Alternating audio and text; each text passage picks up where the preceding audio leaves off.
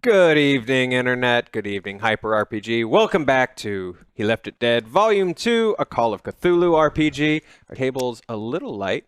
Bert's on his way here. I go crazy and everybody leaves me. Yeah. Just We're gonna stay on this side of the table. Yeah, Plenty of that's space probably to use, so. smart. Yeah. Our best wishes to Emma Fife. She has been claimed by Cthulhu. Wow! Yeah. Oh, The real boss boy. shows himself.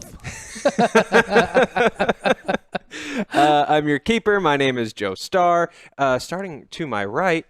Hello. Hi. I'm Matt. I interrupted you. I'm so sorry. No, I was going to introduce you, and then I Oh. was like, he can say his own name. Oh, thanks, man. I'm Blvd, guys. I'm playing Gordy Fitzgerald. I'm an inventor who's down on his luck, not selling quite the stuff he would like to sell. But you know, we're here, and he's still sane somehow. But he's gonna probably lose it tonight. Most likely. Yeah. Most likely. It's Yeah. closer and closer. I'm Kim Cannon, that's Kim with a Y, and I play Apollonia Wayworth. There's also a Y in that name. She is a stranger from a strange land. She has been around for a while. When I say a while, I mean a couple of centuries, because she is half vampire. She's in a bad place right now, too. And then finally, I'm crazy as fuck. that's Oh, right. I forgot about all we this hit- stuff. We hit our goal. We hit our goal right. last week, like kind of at the tail end of the episode. So, So you as decided, promised, in all your graciousness, there, Yeah. good GM sir. I just want to give them their money's worth. I understand that. We'll get there. I promise. We'll get I'm there. JJ Theakston. Thinking like a I'm- true Zach. I'm Love a it. A broken private investigator. broken private investigator who's flew a little too close to the sun. I wish we weren't in a very in this room that we're in. Yeah. It's gonna get. I weird. tried so knowing when he Things are said, about to get really bad. when he said that like what was gonna happen at the end of the episode. I was like, all right, I was like, we're gonna get those guns. We're gonna get as much. I'm gonna be ready. So when I go crazy next week, I'm gonna be sitting with 2 Tommy guns ready to go. So speaking of insanity, this game is built on you guys, the audience, and me pushing these guys further and further into insanity. We have a few ways to do that. Let me go through them. For $25, add a hashtag reroll to the group reroll pool. Those are cumulative. They need them, except for Zach, who I think has rigged dice. $30 and hashtag sanity. You can cause a character to have a flashback to reclaim 1d4 plus 1 sanity out of all the madness. That's fun because you get a little bit of insight into their character, which then I can also use to then try to break them back down later. And also, you know, it gives them a little help. It gives them a little reprieve. $35 hashtag insanity is $5 more. Cause a character to have a flashback to a traumatic time in their life, dipping them 1d6 deeper into the madness. Again, we get a fun traumatic flashback. I get more ammo to use against them. Everybody wins. For $50, hashtag phobia, you can give a character your choice of a phobia or mania. These have always been fun. Bert's character Bernard is scared of religious iconography. I think someone's scared of blood. Gordy's scared of most. You're scared of hats. Hats and horses. Hats and horses. Just Oh, most of Bert's the also scared of ages. dehydration. Yeah, Bert's scared of dehydration. Oh, I don't think that's a phobia so much as just like practical life advice. Yeah, Yeah. which I appreciate, which I absolutely appreciate. Yeah. $75, hashtag evil. You create an evil encounter. This is my favorite part of the game. The party has an immediate encounter with something sinister of your creation. I'm going to yes and with you usually on this stuff, but these are so much fun. This is how most of the monsters in the game have been created. The horsehead man, the weird porcupine creature. Firefly dude. Yeah, Firefly dude. Oh god, I forgot about the fireflies. The mysterious reappearing frisbee, the owl. Yeah, everything. It's been super great. And $100 hashtag GM powers. Make your own impact on the direction of the story. Also subject to my interpretation, but these have been really fun too. In episode 1, the Elder God just straight up showed up. In last week, a very simple, hey, come with us and you're going to have some pie, all went to hell because the Elder God got hungry again and came looking for everybody. So yeah, this is going to be a lot of fun. Ooh, and we're kicking off with... Do you have an overall big goal for today? Yes, thank you. We do. At $1,000 today, we're just going to leave it at $1,000. The Elder God will specifically show up for JJ. He's been evading him a little bit. Wow. And damn. you know, I just Wow. figure Oh, let's damn. just make this happen. Why you gotta punish me for rolling so well against the You Elder shot God? him. You shot him. I mean, yeah, I shot him, but I should be rewarded for He threw that. that gun at him. It was very frustrating. But Oh, yeah, I forgot you shot him. You just threw tossed- God. and I succeeded. That's one hell of an arm, man. You know what? Bring it, Elder God. Last week's episode was called Ed. Here's a sort of a brief recap. Our party was split. JJ, Bernard, and Gordy on one side of Fisherville Lake encountered the Toons, but not before having a confrontation with some of their people that went very south. Some folks died. The Elder God woke up, chased after them. Things in general, you know, went kind of bad. Bernard hit his limit. He now just straight up thinks he is in the Great War. Come on in, buddy. And and then meanwhile, on the other side of town, Apollonia and Emma's character Florence are at the home of Dr. Joshua, who has been revealed to be have some kind of interest in Eldritch Cthulhu stuff. A very familiar weapon from the first volume showed up, and there's a lady made of bugs outside. And that's pretty much where we left things, with Apollonia struggling to gain control of this weapon from Dr. Joshua, and on the other side of the lake, 3 gentlemen preparing to negotiate for their lives. And somewhere with Tommy guns, and then somewhere outside and all of that, a group of mobsters, a hit squad called the Crows, are out in the forest searching for our party because Apollonia murdered someone on a cruise ship a little while back. And that said, hey buddy, He welcome to the manhandled her. party. He did, and so she handled him. Good to with see you, that, brother. Thanks, man. let's jump in to He Left It Dead, episode 5. This episode is called Cryptozoology. Ooh. Oh. What's that mean? We'll find out. It's a lot more syllables than My last mind week. went to the skeleton horse thing in Annihilation. The bear? Or the bear, Oh yeah, my god. Yeah. The bear thing. Okay. I have nightmares about that scene regularly. Yeah, it's pretty great. It's pretty spooky. It's good. When it like opens its mouth and it screams like that woman. Dude, those- So we begin in a flashback, actually, Oh. as Apollonia Oh. has a sort of reassuring memory that her brain clicks into to sort of help calm her down and As my restore hand some got- of her sanity as she is being right, burned you by got- this metal that she's touching. All right. I've been here before. And I recognize the black bar from Of course. the last volume, yes? All right. Which has roughly been how much time? That was set in the 70 A while. years? That was, That was a yeah, while that was ago. 1850-ish, I About- think. About Okay. 60 years, yeah. Wait. This is entirely strange. No. I can handle this.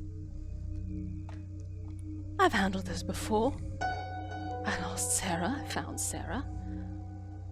Black bars are nothing. I saw this. So the turn of... No. No. I'm not in unfamiliar territory. I've got this. Roll 1d4 plus 1. Okay. Use this one. Mm. It's 1d4 and then add 1. Okay. It's a fun one. It rolls. This is the fun one. Yeah. I hope they all roll.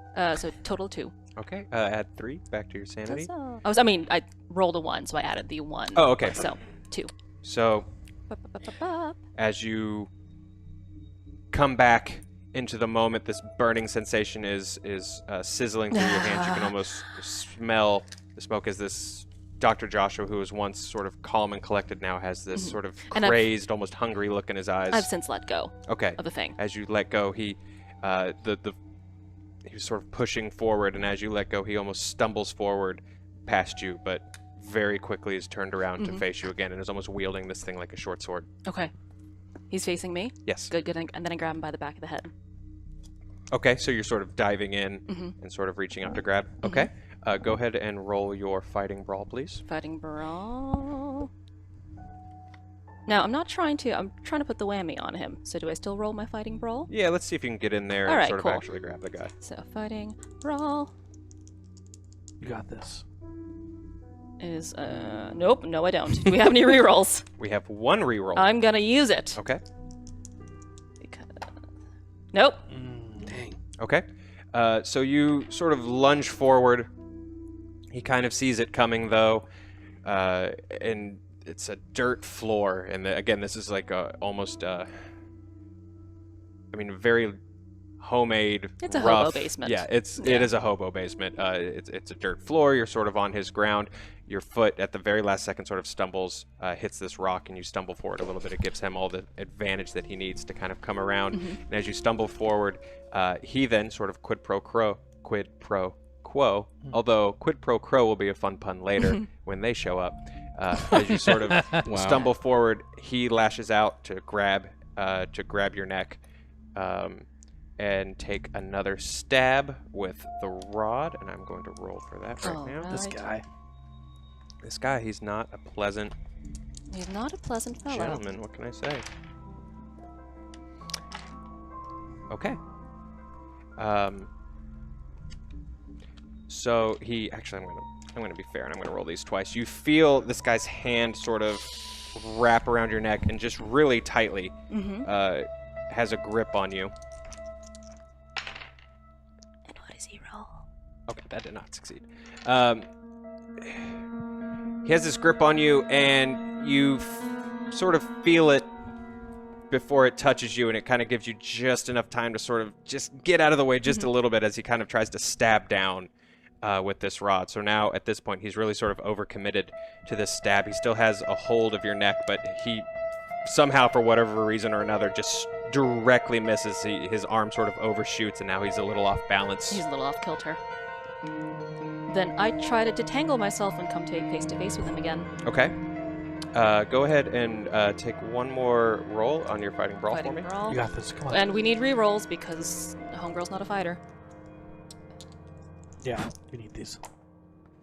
Yeah. Oh gosh! Here, try something else. Yeah. Try the Deku dice. Okay. Okay, so that did not work. Nope. Okay. So you sort of struggle a little bit, but he just sort of is able to maintain his hold. What does happen as you sort of try to struggle away is you're able to knock the rod Okay. out of his hand, and he sort of compensates by trying to then just sort of Do one of these. Yeah, do one of Okay. these, and actually just start to try to choke you out. And I'm going to roll to see if that actually happens.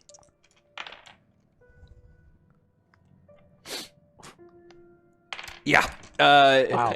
Yeah, that was a really good roll. The doctor, Joshua, is able. He actually gets almost under you. He gets a knee sort of on the ground to really just root himself into the floor as he's almost pushing you sort of back up to a standing position with his hands now are just sort of wrapped around your throat. This one kind of comes back around from the back, and now he's just straight up, just actually choking you. I'm not rather fond of this dance, sir.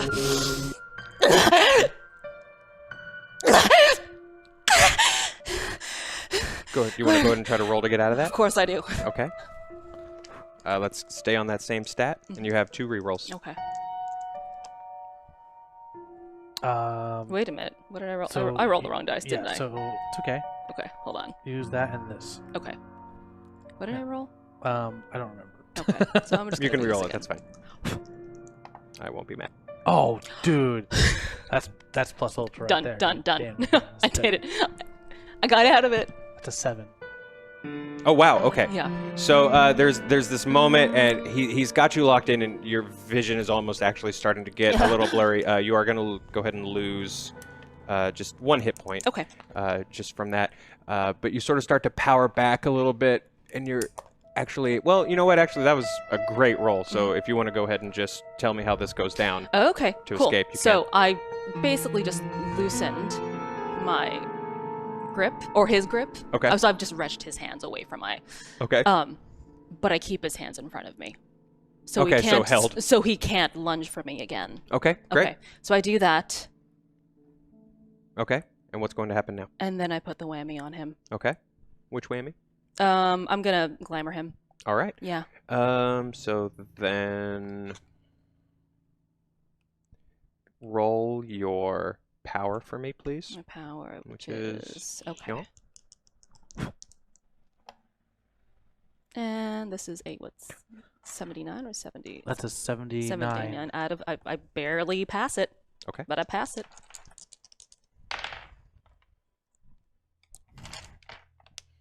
He does not.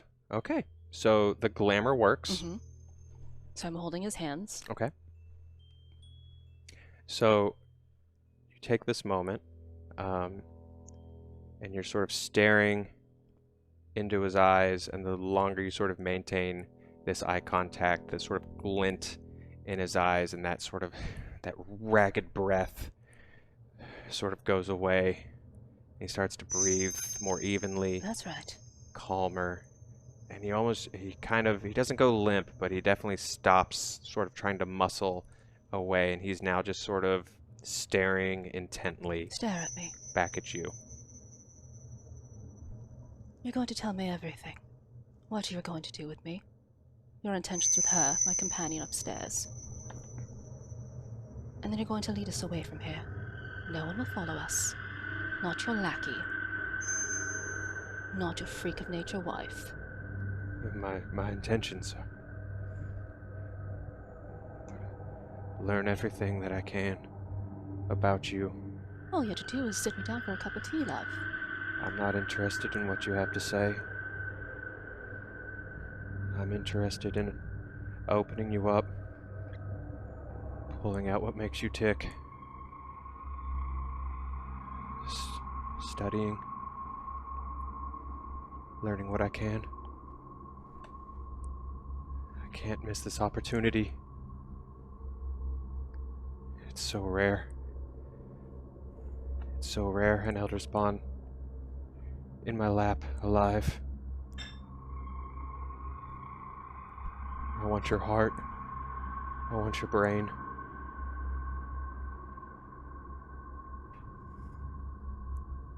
Oh, is that all? You did say that this land is also home to the elders. I can't have been the only spawn to arrive here. Our elder, yes, but You did say when you met me, you experienced an almost religious sensation. Almost akin to meeting a saint. I said that. You wouldn't want to incur the wrath of a god, would you? No. But you're not a god, Apollonia Wayworth. You're just different. Built, created, Not alone. made, Aren't we all? not like you. Oh, no one's like me, love. Some are. Before time was time, they came here. They took us. They changed us. They made you. They made others like you. I want to be able to do the same. I've tried. I've tried so many times, they don't work. They scream, they're in pain. They lose their intelligence, they crawl. They're feral, they're animals, they're not like you. I can No. learn so much from you. I can tell you exactly how I came to be. Tell me. The old-fashioned way. No. That's not what makes you came to be. It's centuries, millennia. Sometimes the simplest answers are the correct ones. Sometimes the simplest answers are the only ones you want to see, Apollonia Wayworth, but there's so much more to you that you understand you don't understand. We're going to go for a walk. We can walk. Away from here, safely. Very well. We won't be followed by anyone. Very well. If we don't want to be followed, We should leave through the back door. Then lead me. Away from these chains. Of course. It's no fun without a riding crop anyway. And I take him by the back of the neck and I lead him forward. Okay. Okay, so you're just gonna leave the room? Mm-hmm. Okay. He sort of pauses and sort of reaches to the bench. He says, "If we're going to speak, may I bring my journal? A journal? My journal." You're a learned man.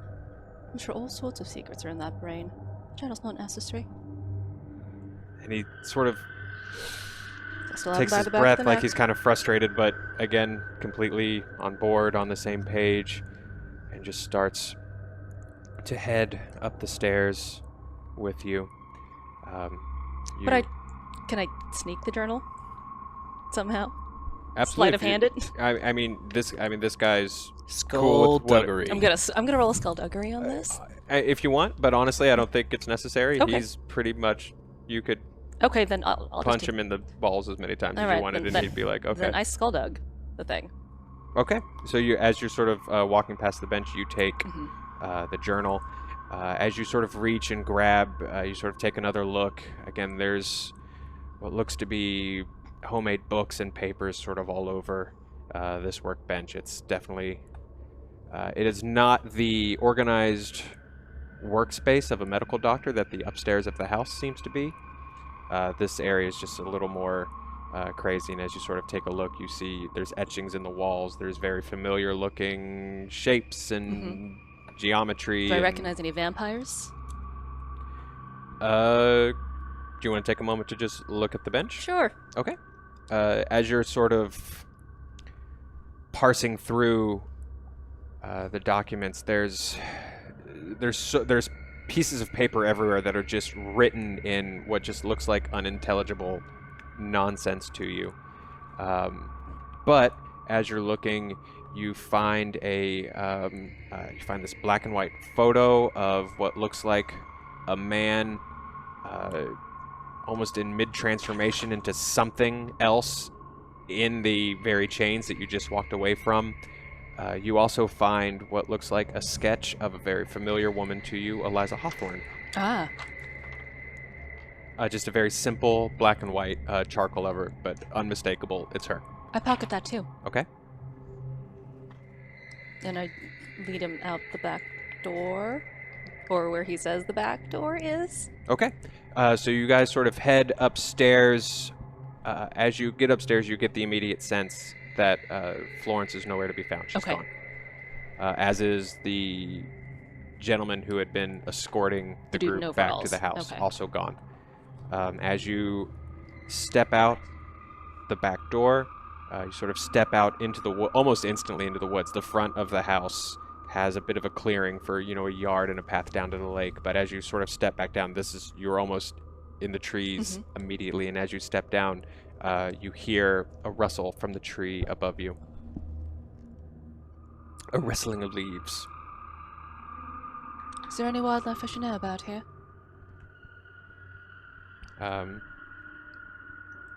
He sort of looks up, sort of follows the sound, and as he looks up, he just sort of shakes his head a little bit, just says nothing of consequence. And as he says that, the owl Okay. is sort of looking at the both of you and takes off flying over the roof of the house towards the lake. Alright.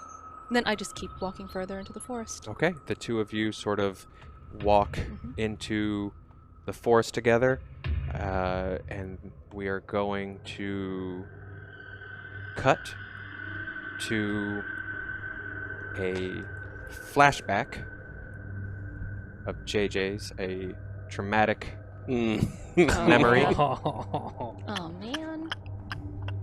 Which one? Oh, so those carry over. Okay. I don't want to rip people off. Yeah, I understand.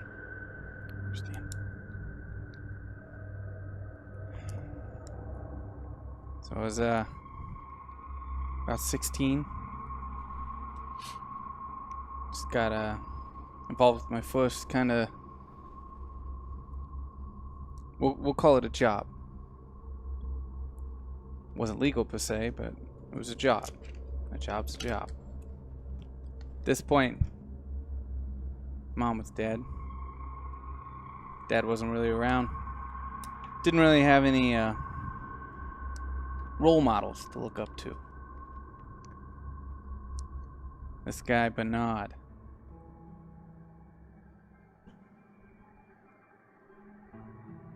Not the one I know now.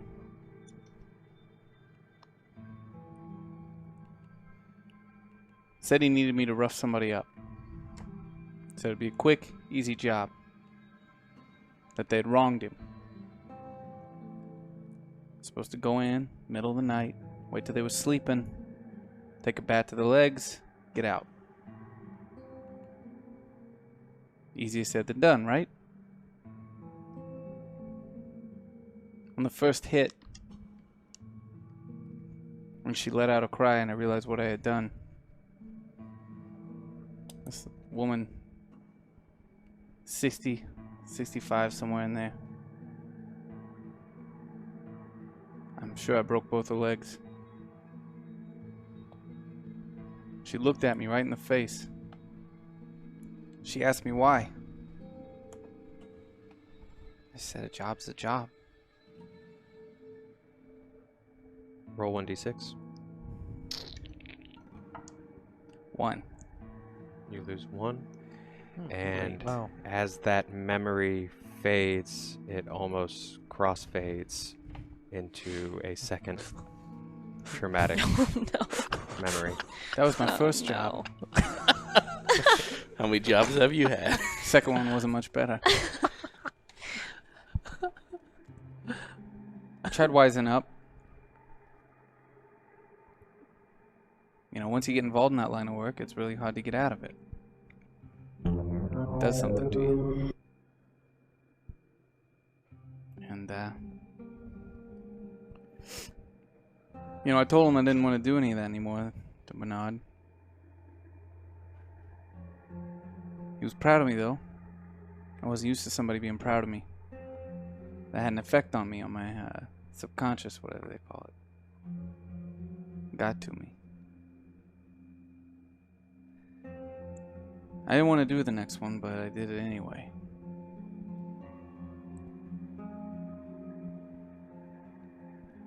To this day, I hope they never find out. You know, I always wanted to be a cop. Fight for some sort of system of justice or something like that, but I knew, given everything I'd done, there's no way that ever happened. Not with my connections to people like him. And that's why I ended up a private eye. Roll. Figured Roll 1d6. 1. And as that memory fades, it moves again almost forward a chapter into JJ's life, into a third Oh, Jesus. memory. Was there 7?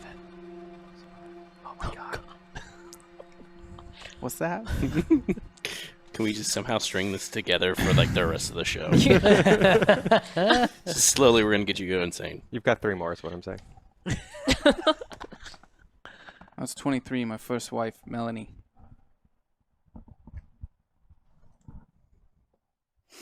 We got into a fight. You know, you do. I've been drinking a little bit.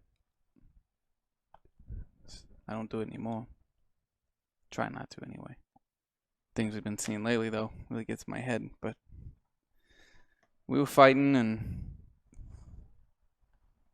she slapped me. I snapped. I didn't see her slapping me, though. I saw the face of my father. I saw him hitting my mother over and over again. Her crying out, telling me, shh. When I came to, I had blood on my hands, blood on the walls. For a moment, I thought I'd done the unthinkable. But then I saw her in the corner, looking at me, and she was clean. She was fine, but she was looking at me like I was a devil or something. And I looked in the mirror and I saw that I had taken chunks out of my face, my ear, stomach, clawing, ripping apart at my own skin.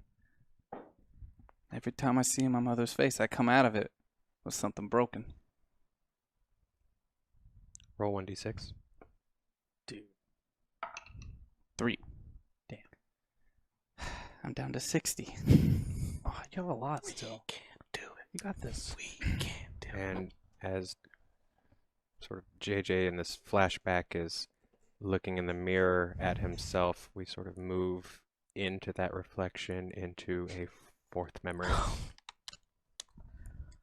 Oh my god. Have you ever tried to kill yourself? Oh God. You know, they talk about that moment right before you die, that your whole life flashes before you. It doesn't. It's all made up. It's just something they say to try to make you feel better before you pass over or whatever. It does slow down though. Not enough time to think about your life or your past. It slows down just long enough for there to be a little bit of clarity and regret. The biggest thing I ask myself, as I remember that feeling as I was about to hit the ground jumping off that cliff, pushed, forced by the face of my mother,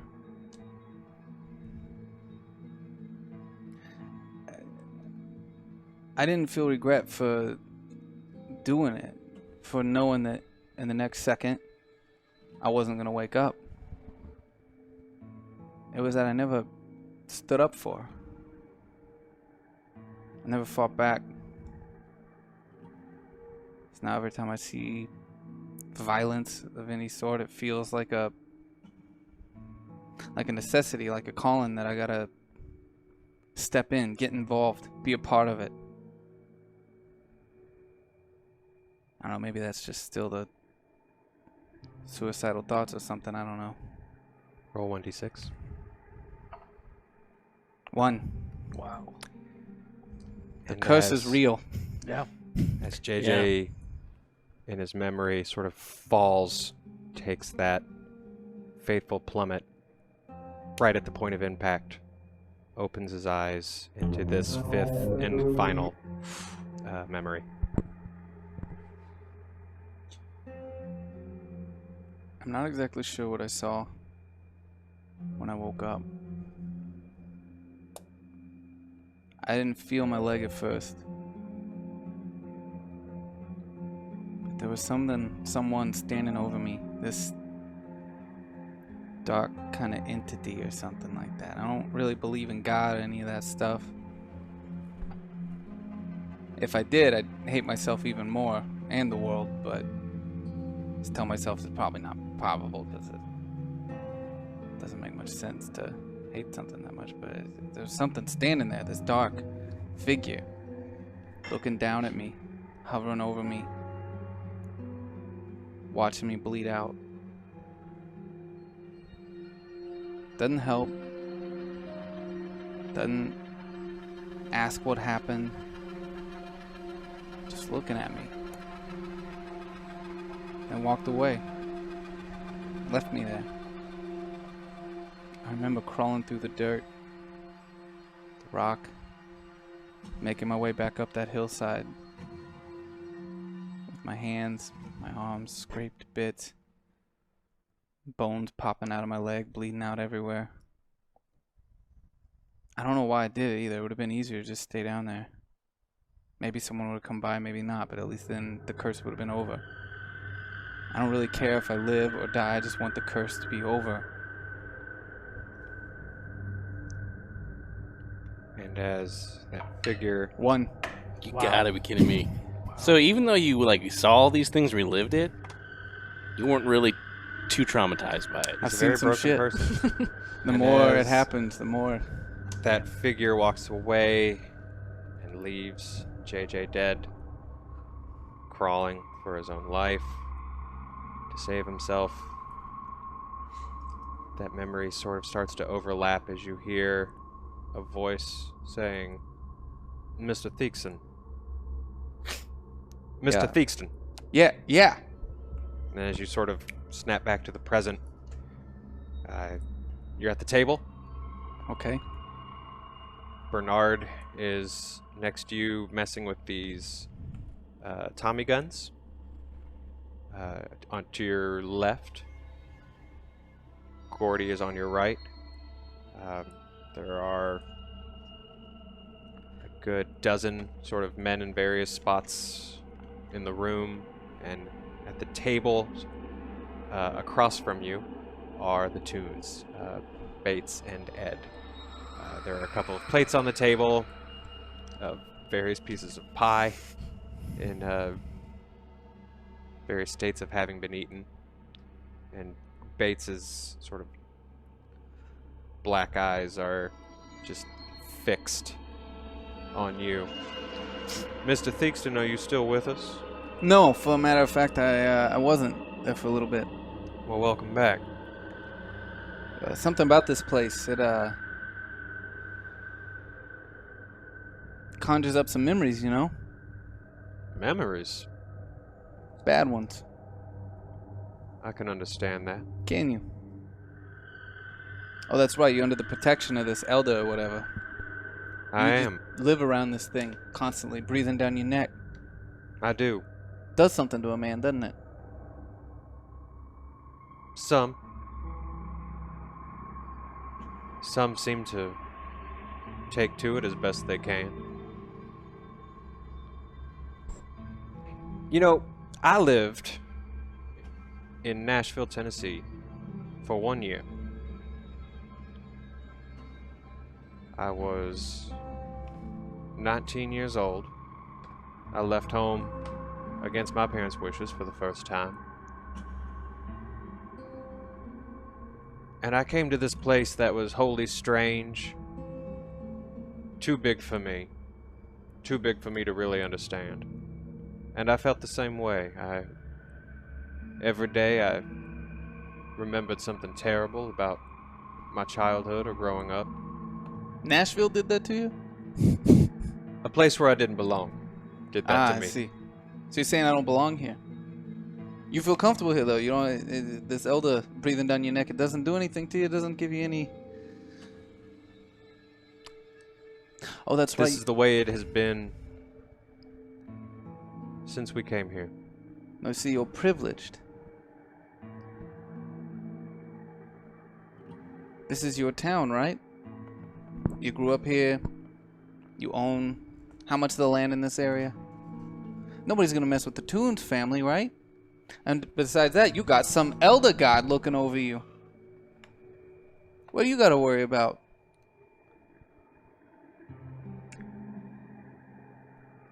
You're not wrong.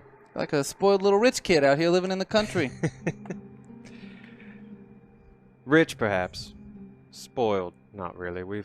She sort of pats Ed's hand. We're comfortable, but we have worked and we have earned for everything that we have. Part of me feels like that's gonna end at some point. You're trying to appease some entity you don't know about. You're trying to mess with powers beyond you. I feel like that's gonna backfire someday, no? What makes you so confident that they're not, this being you worship isn't just buttering you up? Oh, I'm sure it doesn't care. Nothing powerful gives... It doesn't care. They have something it wants. What makes you so confident that the next time you're driving in a car or even just crossing the street on foot, one won't crash into you? I never know. I'm confident hopefully one day it will. I suppose I know that, you know, if that were to happen, then that would be a sad day, but at least I gave it my all. We can't let that happen to you, Gordy. You got so much to offer to the world. With your inventions and all this stuff. The throw and disc thing that you got. You got so much to offer the world, Gordy. Bernard, what are you doing? I have gotten up. I'm still holding the Thompson, but I've gotten up and I've just slowly made my way over to Gordy. Okay. So I want to sort of I was gonna say back up just a little bit Okay. on the idea of getting these Tommy guns ready to go. No, But I you already don't- got but it. that I moved was- on. But that was It's okay. that was, you don't want to, you make me go through 5 flashbacks from pretty last sure. episode, and that was a GM power last Fort Thompson's episode. unguarded. They were. They were unguarded, but they had to get loaded and sort of set up, I and did, so I did, yeah. we're gonna make a mechanical Damn it, roll. next time I tip in the middle of the show, Oh. I'm going to have to be a lot more specific about how I tip. That was you? Of course it was. That was my weekly budget. I wanted a Tommy gun for when I went crazy. I thought that was like someone nice in chat. No, of course not. Nobody was going to help us like that. No, Oh, wow. none of them are nice to you. Wow, so I guess it's okay that he can do that, right? Damn it. You want me to do? I did load these. What did you want me to roll? Wow. Mechanic repair. Yeah. Okay. Do we have any rerolls? We have 3, and since you're familiar with firearms, go ahead and roll 2 and roll with an advantage. Sweet. Come on. Don't need it because I got an 18 and my mechanic repair is 21. Okay. Oh. Ooh, all right. How So Good roll. Good roll. Yeah. you have been literally just sitting and loading these I love- weapons. if you go back and watch last week's episode, I pantomimed all of it. I know you probably weren't focused on Oh, it. I but saw. There was one. Yeah. You I have was 2. too I have distracted by 1. you He eating has pie. Yeah. Oh, that was good pie. Yeah. 1. I've gotten up, and I've kind of made my way over to Gordy. Gordy.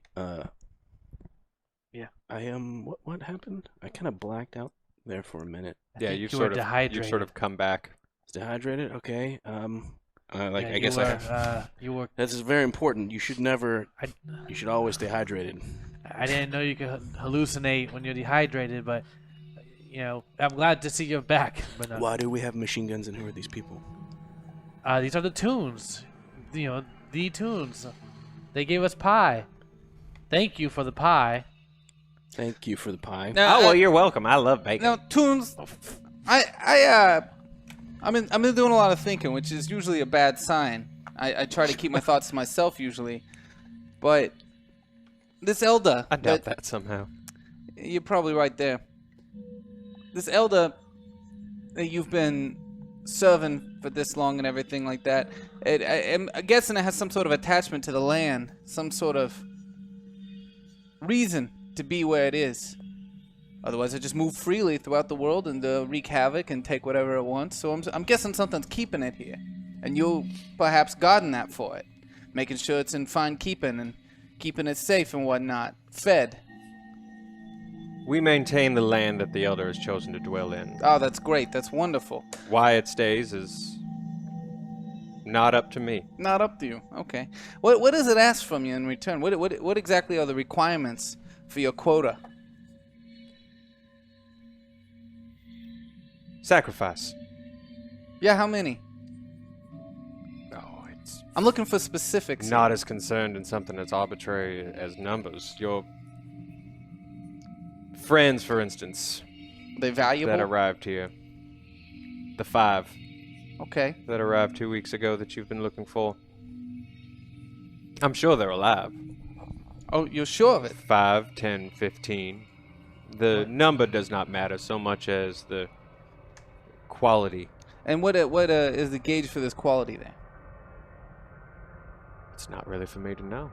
So you don't know. Through all these years that you've been feeding this thing, you don't know what it likes? You haven't been able to figure out, hey, Mr. Elder, would you prefer, young meat or old meat?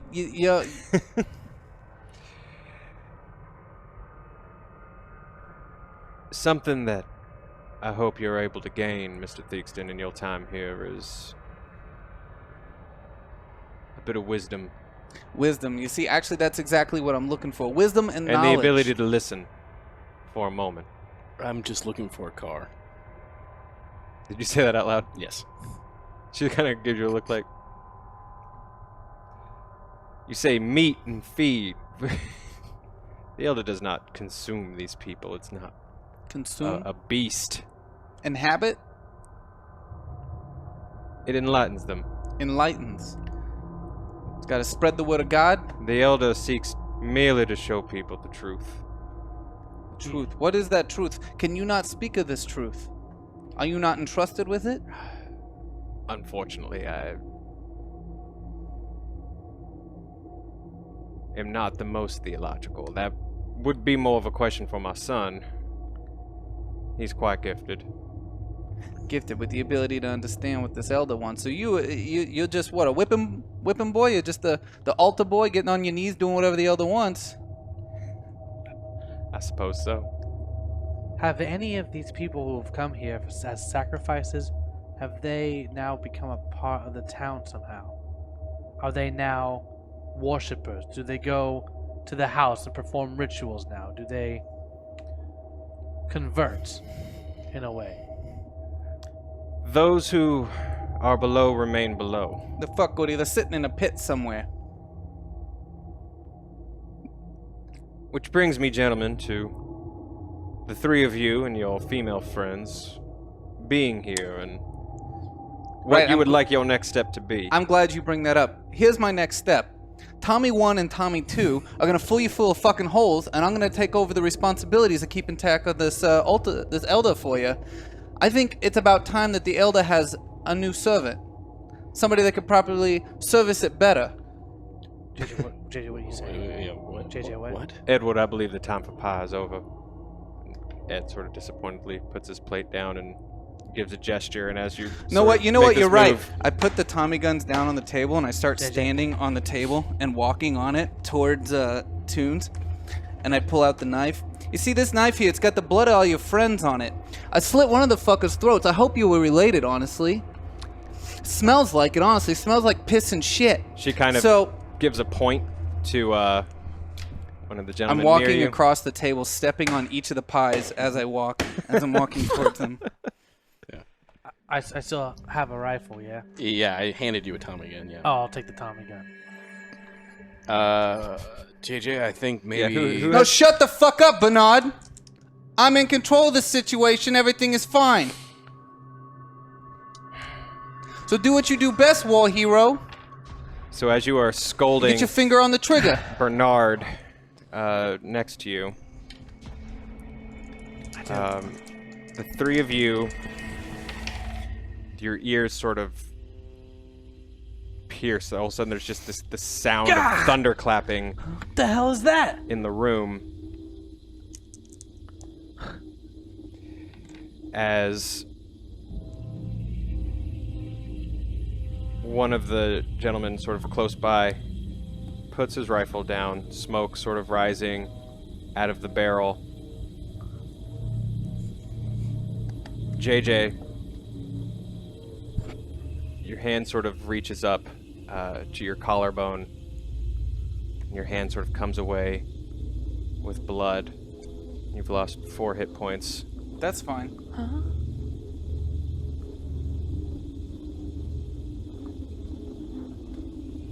So I'm registering now Yeah, that we've if shot that's at? what happened, I flipped the table. what you don't realize, you stupid piece of shit, is that you're doing exactly what I want. Bring that fucking elder god here, and let's give it something to eat. Why the not? table and get cover behind it. I'm lunging directly towards the Toons, the older woman specifically, to slit a fucking throat with the knife that I got in my hands. Okay. All right. Here we go. Here we go. Gentlemen, what's your dexterity? Oh, 40. No. 80. 40. I'm good. I said I was gonna slit a throat. And then we ran down the corridor of a Star Destroyer.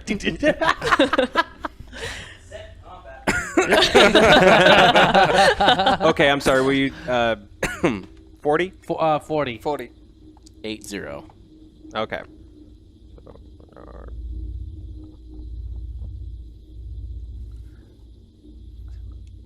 Now this woman, she doesn't look like Toons anymore. She looks like my father. She's got that sick fucking grin that he used to have. Thinking always calm and in control of everything. All So, powerful, able to control the The first room. thing that happens is the just realization that a bullet has just passed through you, JJ. You hit your limit break, and Oh, I'm on my limit break. yeah. So exactly, play this out however you want to play it out, but you're gone. Okay. Okay, great.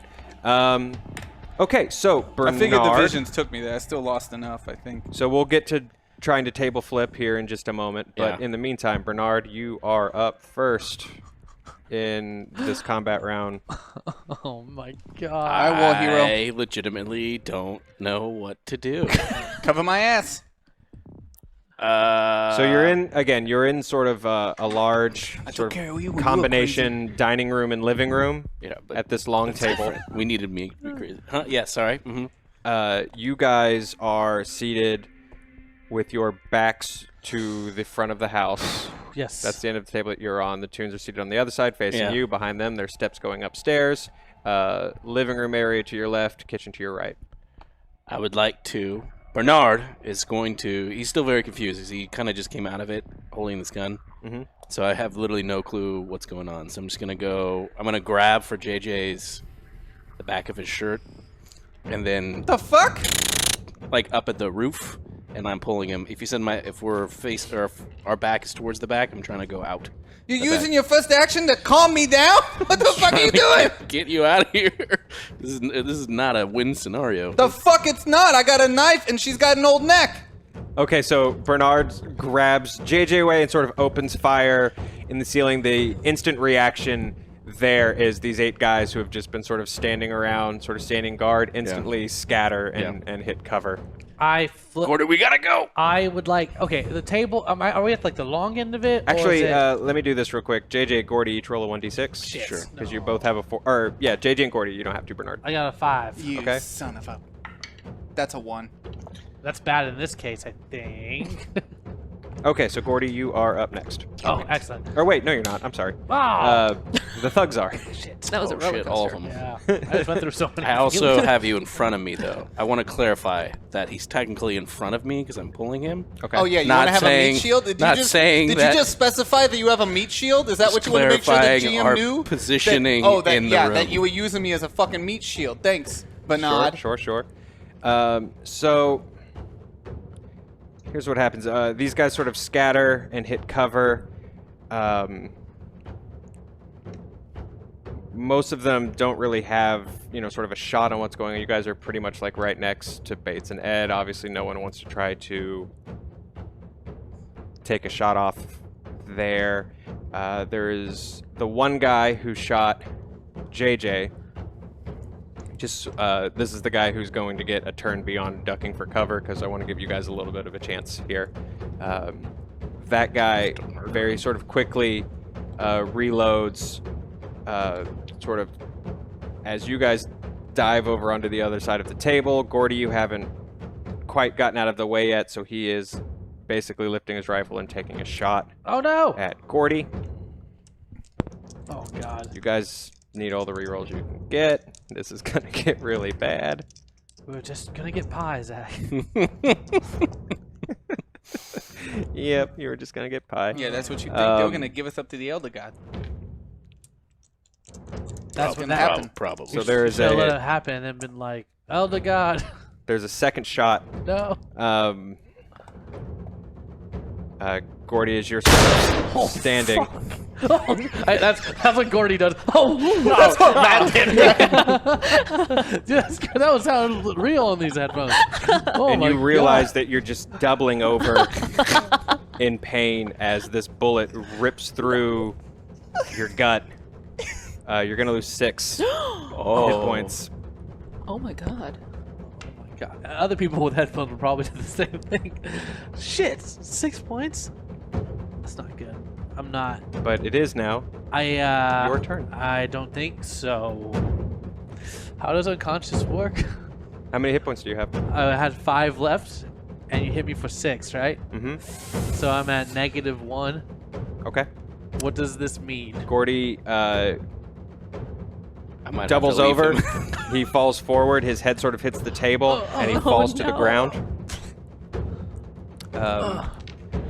Is that Bates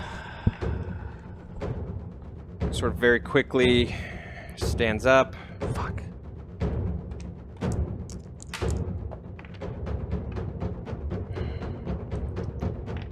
And quicker than you would expect an old lady to move is just moving up the steps very, very quickly. Ed takes his pie server and just tries to wing it at Bernard. Sure. Figure out how to roll for pie server. she's just sort of tossing an improvised weapon at you. Fuck. The pie server sort of just whizzes by you and actually embeds in the wall. Oh, snap. Just past you. JJ, your turn. You are in the arms of Bernard on the floor. The fuck I am. I'm breaking out of that, and I am chasing up those stairs after that old bat. I'm moving as quick as I can. I'm gonna elbow fucking War Hero. Yeah, if I have a choice in this, I'm letting him go. Okay. And I am booking it up those stairs, bum leg. I don't give a shit about my bum leg anymore. Okay. Fuck that thing. I worked through it, and I'm gonna run up those stairs as quick as I can and chase that old bat down. All right. JJ tears off up the stairs. We will cut back to that in a moment. Bernard, what do you do? Always this, and I'm just starting to unload this. I remember I took the drum barrel, Thompson, so I got a good 50 rounds in this thing. Okay. Go. And I'm just gonna, if Gordy is already on the ground, and there's all these dudes that are else in this room, I'm just gonna go. You're just strafing. I'm not spraying and praying because I have a deterrence towards religious hymns, so I'm just gonna spray this one. Okay. Go and roll your firearms rifle. Do we have rerolls? We do. Because I don't need it. 41 out of 60. Okay. Let me sort of decide. Let me figure out how this happens. Okay, so 41 out of 60 is a success. It's not like a crazy critical where you kill 8 dudes in one shot. So we have rerolls then. Yes, we do. Do I go for big? We'll see. If you want to push that one to be... Is there some way? Well, look, it succeeded. You just didn't murder 8 guys in one shot. Okay. Okay.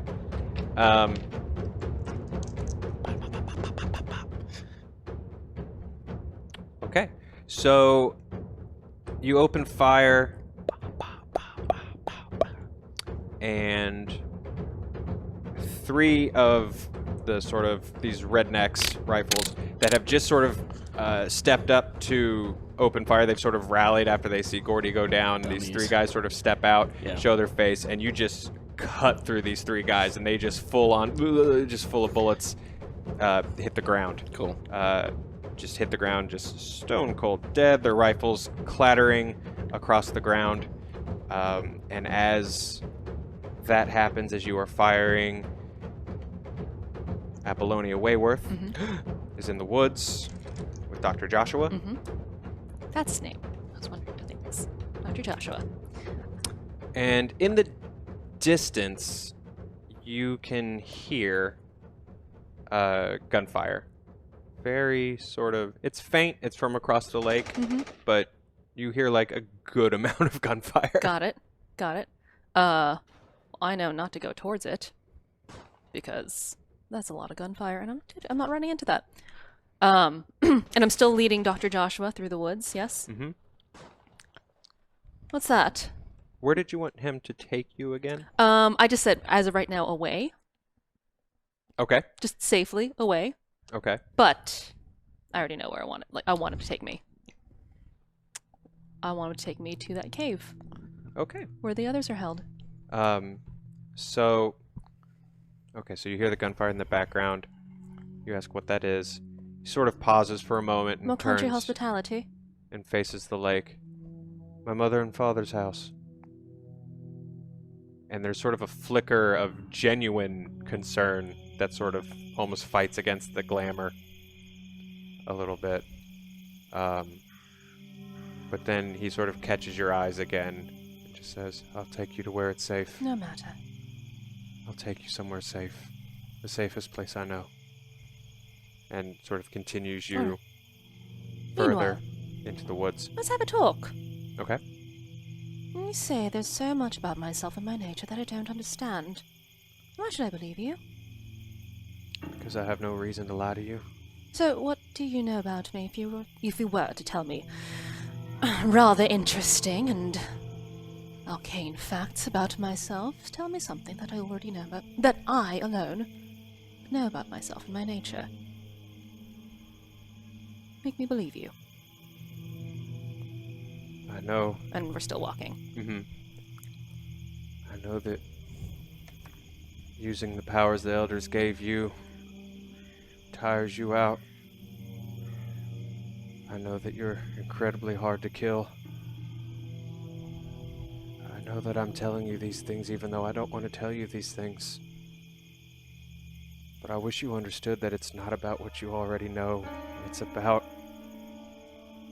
what you don't and what you could teach me. And so tell me something I don't know. Before time was time, they were here. They lived here and they ruled. Massive cities.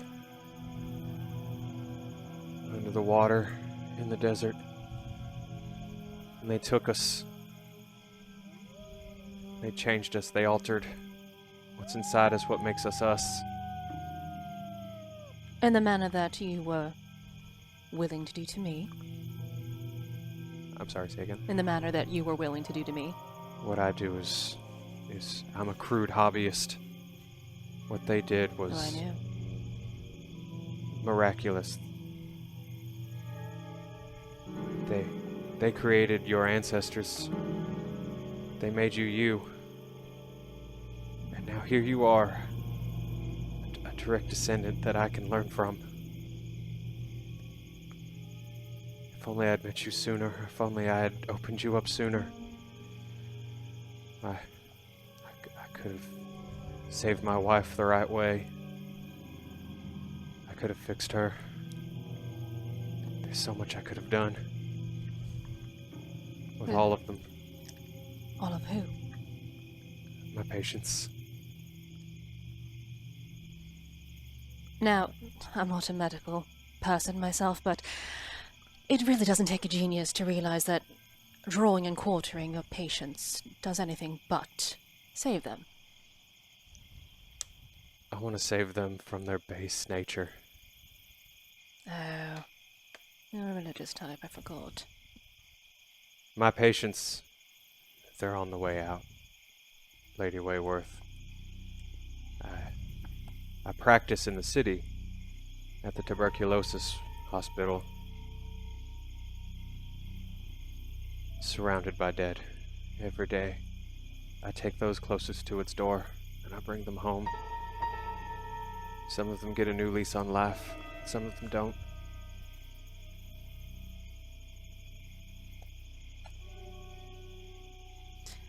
And the people you have trapped, offered to your gods, what do you consider them? Fodder? Unenlightened patience? Lessons. Lessons. Again, you are being very cryptic for a person who said he was going to tell me everything. I have something else to tell you. What's that? You told me to take you somewhere safe. But she's here. Who's she? In that moment, you hear a very familiar scream behind you. Who is it? Oh, it's definitely a bug lady. Oh, it's definitely Bug Lady. Oh. Okay. Gross. Then I grab him by the neck, even tighter, and I pull him towards me. Okay. I get in close. Okay. You promised me we wouldn't be followed.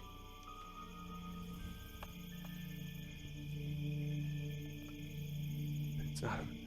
I tried. I tried, lady.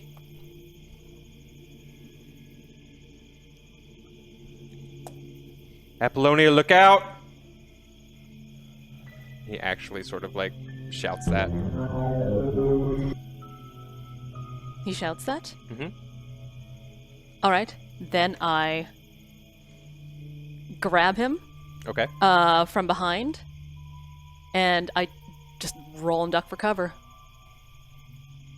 Okay, so Yeah. all right. So here's kind of what happened. You sort of roll him. You're rolling with him, like so. You're pulling him Yep. to the ground. Okay, so you sort of I still pull need to him, guide. and you sort of pull yourself down, just as Kendall Toon, who was just charging behind you, just sort of as quickly as she could, takes this swing, and as she swings and as her hand arcs, her hand sort of starts to lose form, and that sort of Disintegrates into just almost an insect-shaped, or a hand made of insects, and as she sort of swings, they're sort of falling off of her person onto the ground, and she just sort of looks straight down at you. What is your dexterity? Dexterity is 40. Okay. So as she's sort of looking down and sort of hissing, you almost hear this like cockroach type hiss sort of emanating, not quite from her mouth, but just from like somewhere inside of her. You have sort of a moment to react. What do you do? Then I use the doctor as a shield, and I basically make him face her. Okay. To see if there's any recognition. Okay. And I position my teeth by his throat. Okay. So there's a moment where she starts to lunge for you again, but then she sort of recognizes that sort of threat of a bite, and she actually sort of moves backwards, and that hiss, just kind of that steady hiss, continues to grow out of her. That's right, girl. Stay away. And then I pick him up, I take him, and I keep on walking. Okay. So as you sort of continue sort of quicker into the forest with him, he's sort of leading the way a little bit. You still got your hands well on him.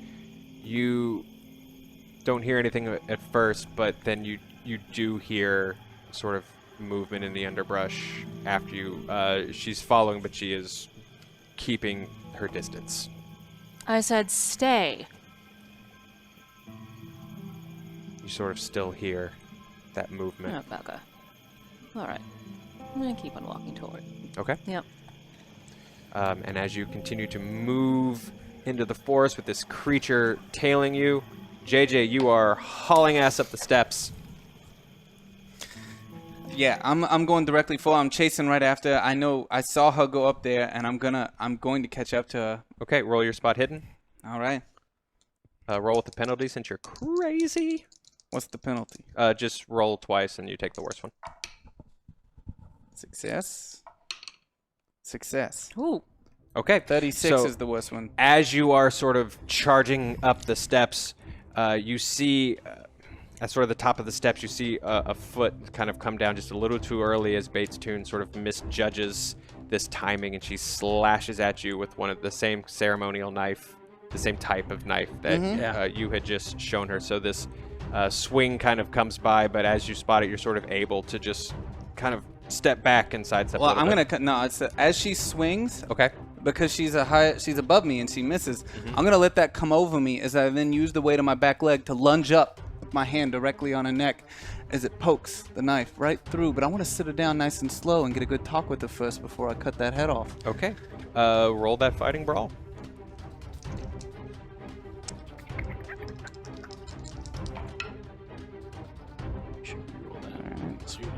Reroll.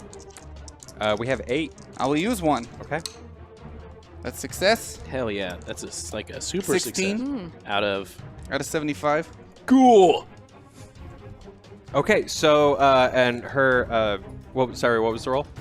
16 out of 75. Okay, hers was a critical fail. So I'm gonna get real close. Walk through how this happens. Let the red dawn surmise, old Toomsy, what we will do when the blue starlight dies and all is through. What's its fucking name? She is sort of breathing very, like, this woman just looks What's its name, pissed. Toons? I want to know what to call it when I send it here to collect your fucking head. They'll just beyond names.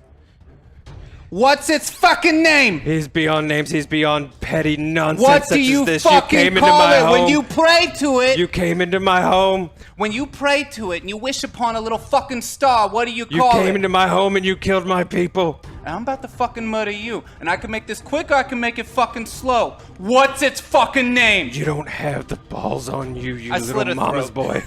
I slit her throat. But I'm not going to slit it. I'm going to saw it. And I'm going to make sure I do it with the back end of the fucking knife.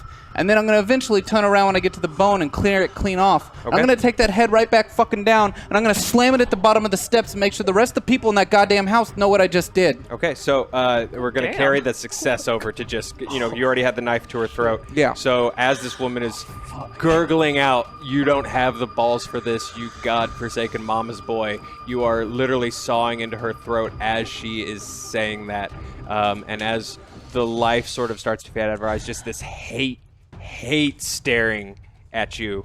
I don't break eye contact. We're going to cut Oh downstairs. My God, this is amazing. Bernard, Yes. what are you doing? I'm using the brief moment to, as I gun down the first guys that popped up, to run in.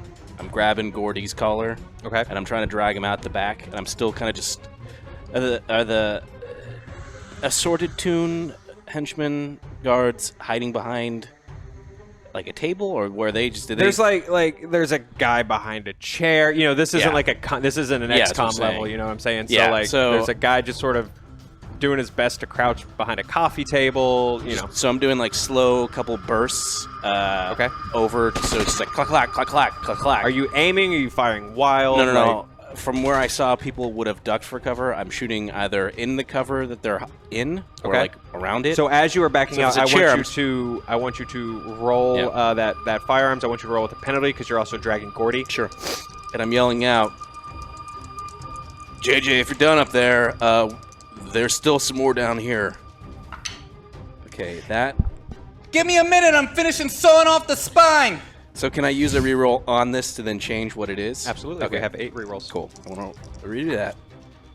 I'm going to use another one. Okay. Oh my gosh. I'm going to use another one. Okay. Got to get Gordy out of here. That's cocked. That's cocked. Hold on. Okay, so that's a success, but I have a disadvantage. So now, the first one was a 43. All that for... God damn it, I'm going to use another reroll. I'm you. Yeah. I'm you. That's okay, do it. It's because I'm trying to save you. No. I get it. It's No. through the touching. Yeah. Okay, how many do we have left? Just so 5. Oh, fuck. Okay. Okay, so that's a... Okay, so one was a 4 out of 60, and the other one was like a 43 out of 60, so I guess it's 43 out of 60. Yes. Okay. Okay. Which still hits. Yeah. How am I doing this? Okay. So I'm rolling basically how I'm doing this is I'm Sure. rolling a 1d6 to see how many guys you're actually connecting with. Sure. You connected with 1. Sure.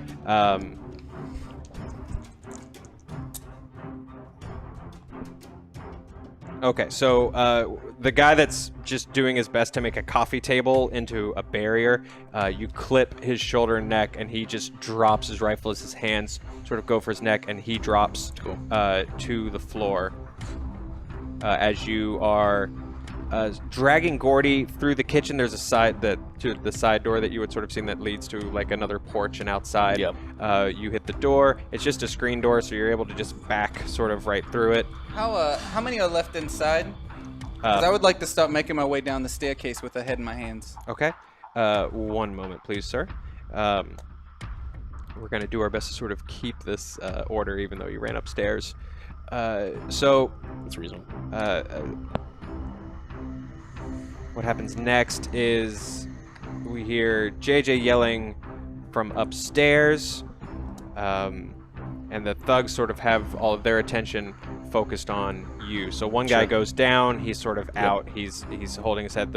The other 4 guys sort of spread out and just sort of very stupidly, because they could easily go outside and sort of try to flank you, and they didn't, because I didn't think about it as I was saying it out loud. But the 4 of them sort of try to spread out, and they're just moving through the kitchen, rifles up, sort of trained at the door and sort of the windows out there to sort of try to catch you out. But they're using that turn to move towards you. Advance, sure.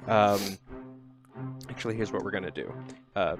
Because, you know what? There's no reason why they wouldn't just try to shoot. That's stupid. That's just stupid. But since they can't necessarily see I you, don't want to die, Bernard. you're not conscious.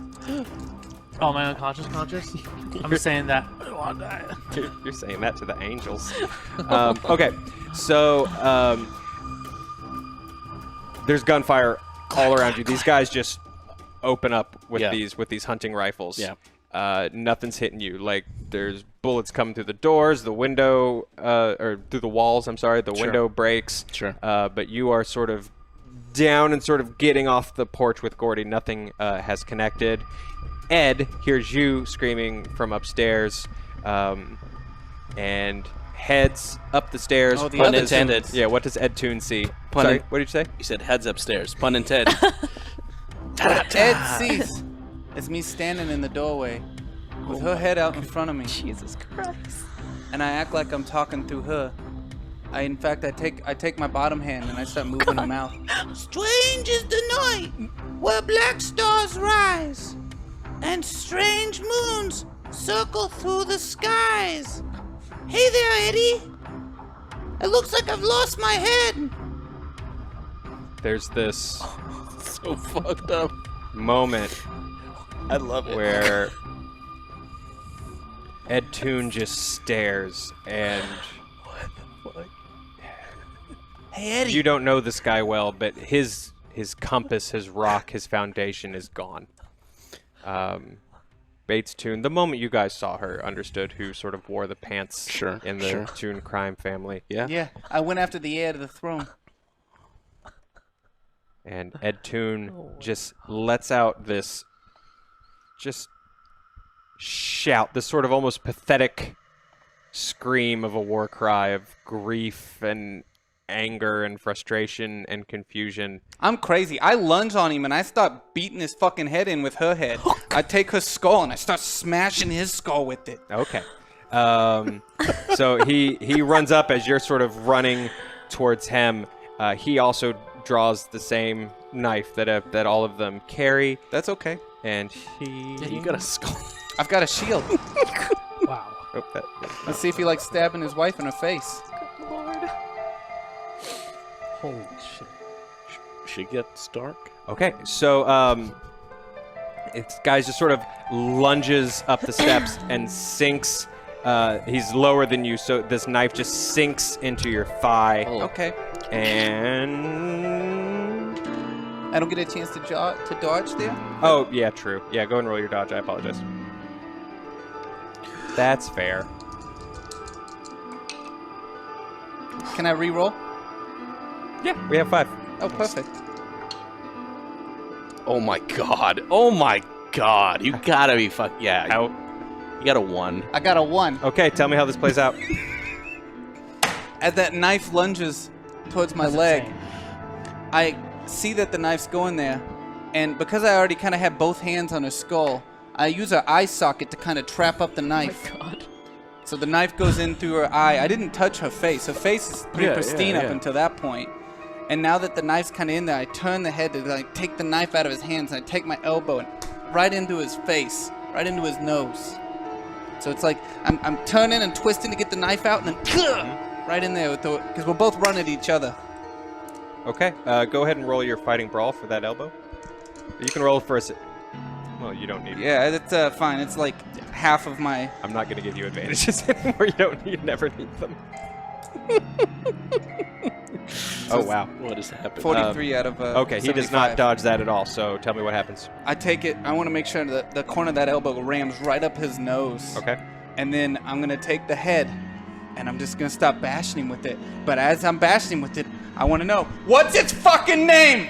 What do you fucking call it? I want to know its name. So your elbow smashes into this guy's nose, and he starts to stagger back. And as you start to scream, "What its fucking name? What is its fucking name?" You smash his head with his wife's head, and he just tumbles backwards. I wasn't down the done stairs, asking you questions, and his Eddie. head just smashes into the table down below where all of you were just sitting and having some pie at just a little earlier, and one of the pieces of pecan pie just falls off the table and hits his head. Ed Toon does not move again. I laugh when I'm uncomfortable. Why are you uncomfortable? Oh my god. Oh my God. Looks like poor Eddie fell down. Somebody's gonna have to tell me its name. Somebody. Is it gonna be you? So as JJ waits for his new friend to speak up,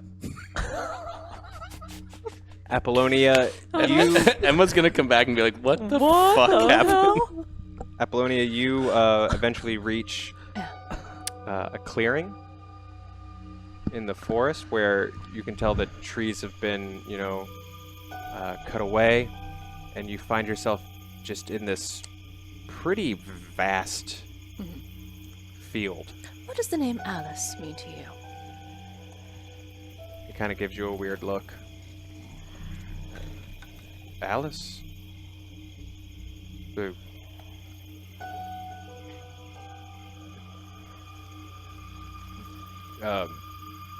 Rouse's girl? Sure. He kind of gives you a look like that's about as far as his recognition of that name goes. She was rather poetic. For the brief moment I saw her. She's Talking about a good reader. vorpal swords. Things that go snicker-snack.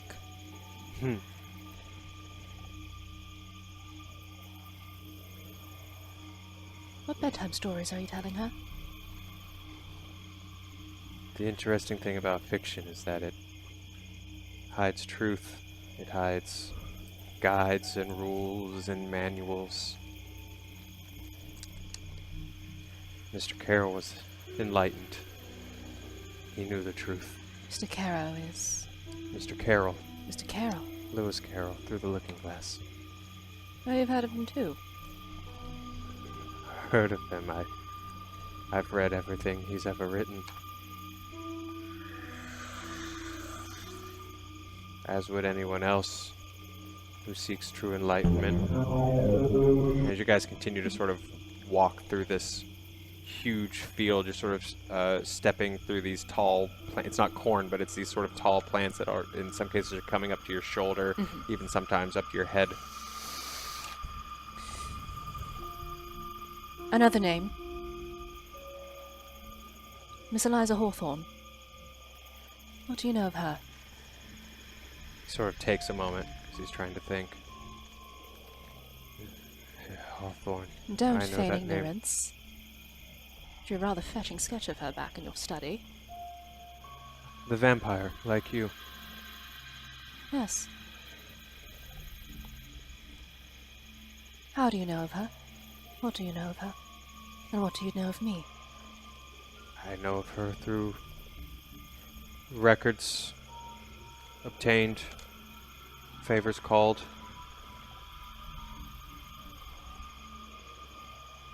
You, I honestly know very little of, except what you are. Well, that's good.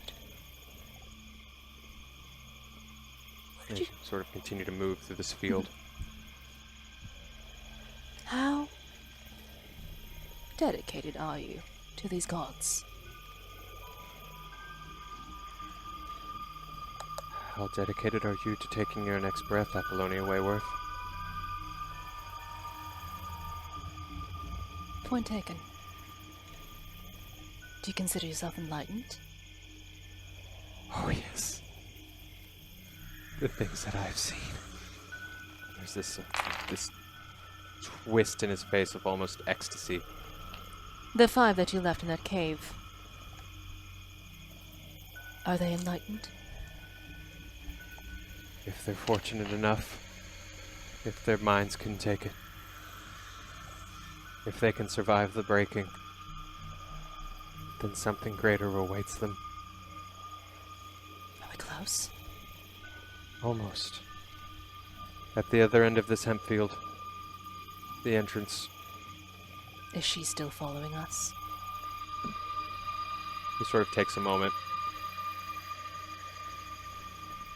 Yes. Call her off.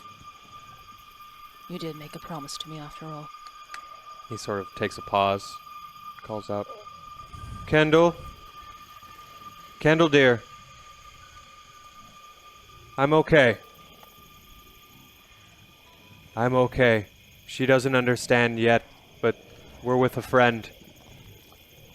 I'm okay. And because you've been able to hear her too, You sort of hear movement sort of in the tree line behind you, and you do hear it actually start to move away. Why did you warn me when she showed up? Because you told me to take you somewhere safe. Keeping your end of the bargain? Of course. Then keep it. Let's go. So as the three of you are sort of walking, 3? I apologize. Let me roll that back. The two of He you, said as she the did four that. of you are walking, Oh, shit. as the 47 of you, as the two of you are sort of moving through this crop, this very sort of large field. He's sort of taking you the quickest way that he knows to take you. We sort of pull out and refocus back on JJ Beakston. Coming down the stairs. What are you doing? I just want to know his name. That's all.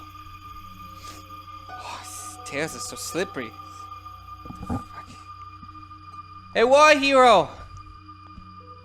Do I hear this? Yeah, probably. Are you Yeah. are you I'm walking coming down the downstairs? stairs. Okay, so There's you're guys down there, right? Yes, there are 4.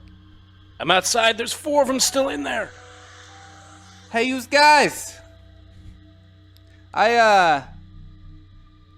Your boss lady wants to talk to you. Interesting. Okay, so you sort of come down, and these 4 guys immediately swing around, pointing their rifles, and they just see you holding this woman's head with a knife through its eyes. And Oh, I'm sorry. I'm sorry. Here. I take the I knife out. wouldn't have known that there's no head. So if I'm hearing that, I'm assuming that he has her prisoner. Sure. So I'm like propping Gordy up against like the wall, and I'm peeking my head. If you all want to live, tell me its name. Oh, sorry. Tell JJ its name. So I've never had to roll against an NPC sanity before. So that was interesting. The 4 of these guys Oh my god. look at you, look at her head, look down at Ed. Why are they looking at me so funny? Tell JJ its name. If I get let me know when I get in action. Yes. 3 of them run out the fucking front door. I want to know its fucking name. One is very clumsily loading his rifle. I That's- walk directly towards it. Okay. And as you're walking forward, doing this, Hey, you stuck around. Thanks, buddy. Bernard. I'm gonna gun down, not JJ, but I'm shooting at the dude. I was gonna shoot at anyone who was like, So you're pointing through the... Oh, like the I guys that are peeked- leaving? No, like I peeked back in through the door, right? And I'm seeing clearly that they are there. I don't know if I've seen JJ walk around the corner yet, but if I see these dudes and I see those guys running, I'm gonna shoot the one guy who's fumbling with his gun. Okay. Go ahead and roll your firearms rifle shotgun for me. God damn it! Do we have any rerolls? We do. All right, I would like to use one. Okay. It's like my best skill, and I'm way over it.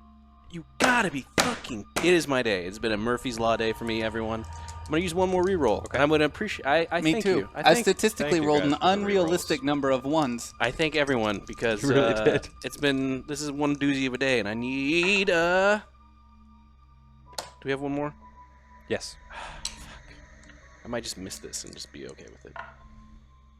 58 out of 60. Jesus, give me strength. That's it. Okay. Whew. So this guy who's sort of stunned and fumbling for his...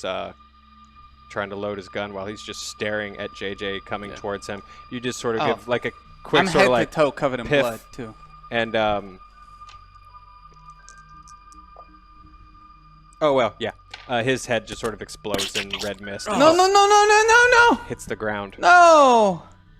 And Bernard, that is when you realize that JJ is covered in blood and holding the head of Bates Toon in his hands. Oh, hey, war hero. And I need Dude, are you you- to roll against your sanity. Sure. Nope, that is a failure. Oh my god. That's an 85 out of my current sanity, which is resting Will you roll a check against your power, please? comfortably at 47. And I'm sorry, say again? I rolled an 85. My current sanity is 47. All right. Oh, 12 out of 60. Awesome. Okay. That startles you beyond belief. You've seen some shit in your life, and that is crazy. And you immediately back outside, and literally just like stumble and fall on your ass, basically. Bernard! We gotta call it. Don't run away. 12 Okay. out of 60.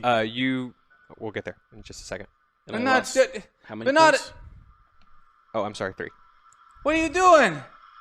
Oh, it's the head. Oh, fuck. Oh, I put the head. I keep walking towards it, but I put the head behind my back because I think that might be frightening him. Sure. Bernard, what's wrong, man? Trying to Bernard, we're gonna. put So No, I have Gordy a plan, over my Bernard. shoulder, and I'm pointing Bernard. it to the woods. Bernard, I have a plan. as Shit this is happening, fucking- no, this is too much. Gordy, you sort of start to come to, and the ground is almost moving back as your eyes sort of start to open.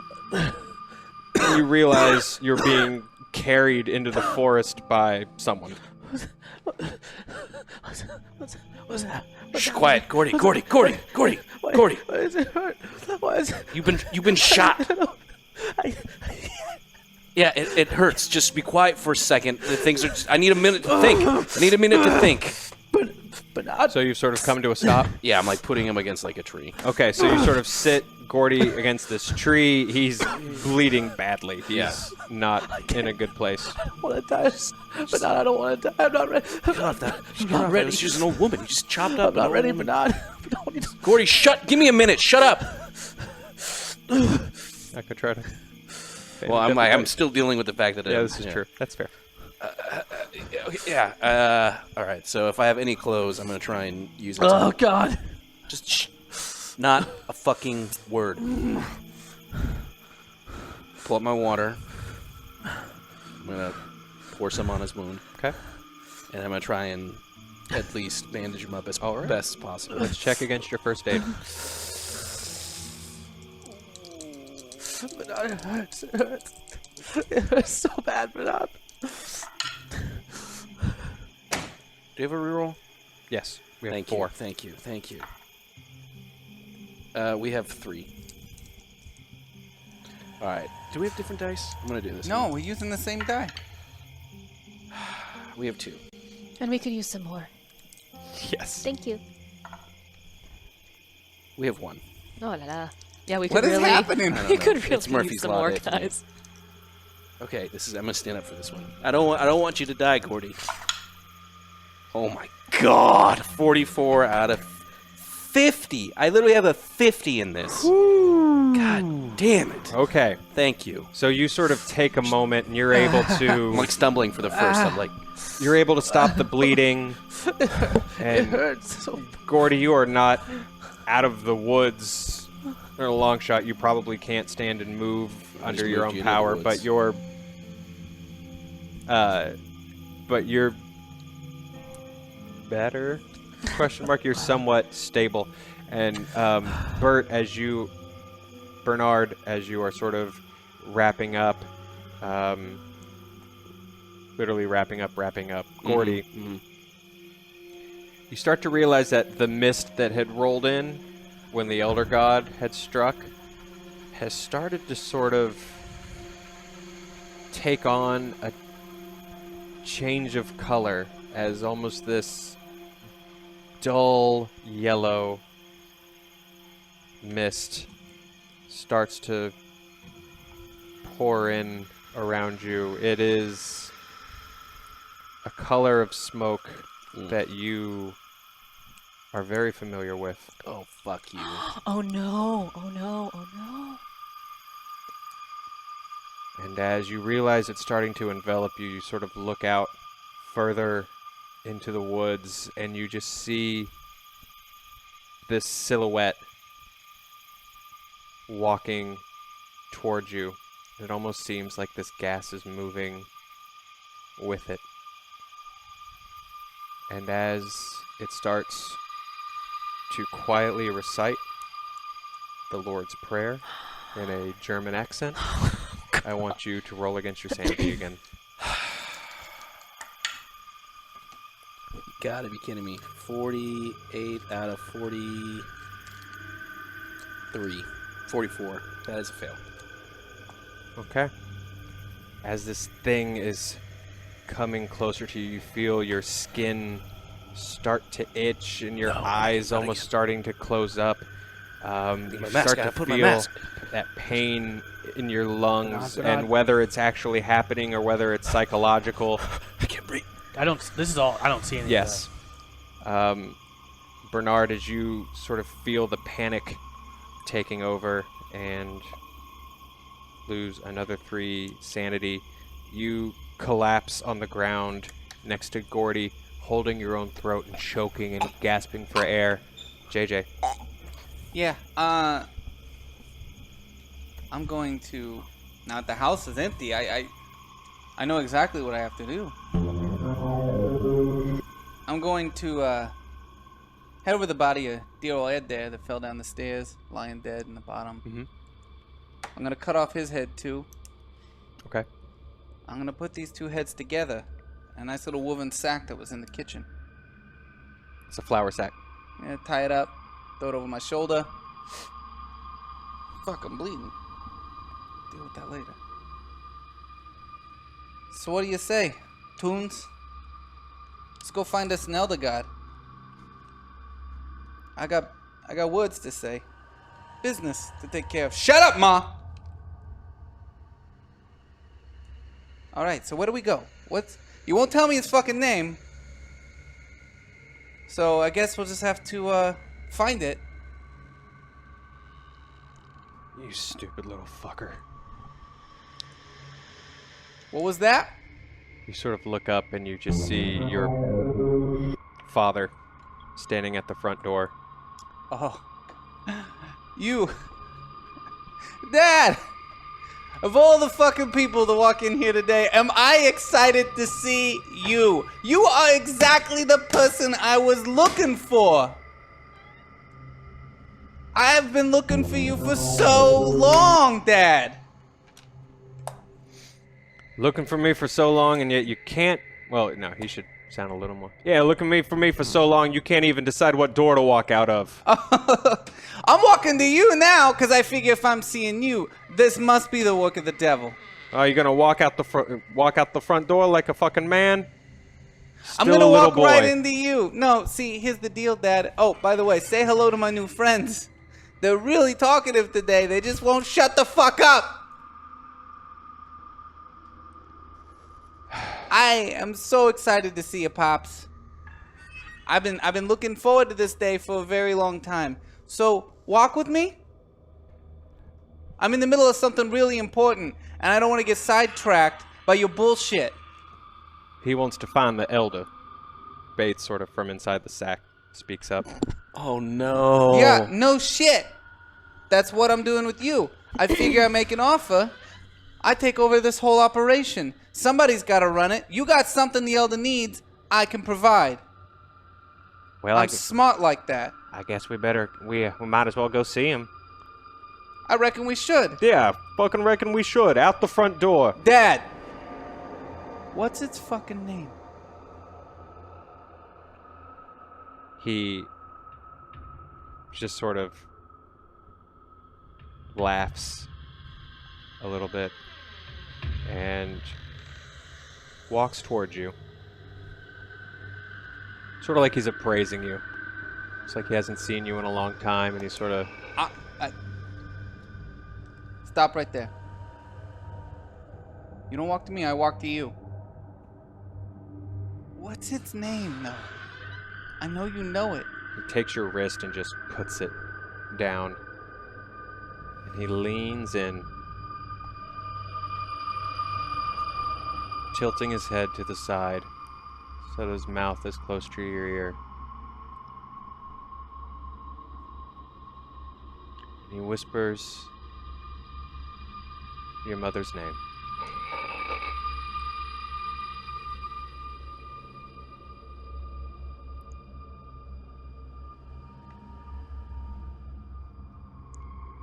those words out of your mouth. Right now. I want you to suck them back into your lungs. And hold them there for eternity. You're not allowed to say her name. That's tough talk for a jumper. She pushed. She should have pushed harder. Finally something we can agree on, Pops. And as you say that, you find yourself sort of alone on the front porch of the Toon House with the bag.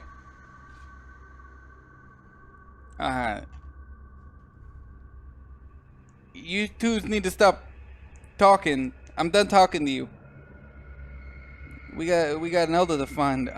Quieten down, sir. Thank you.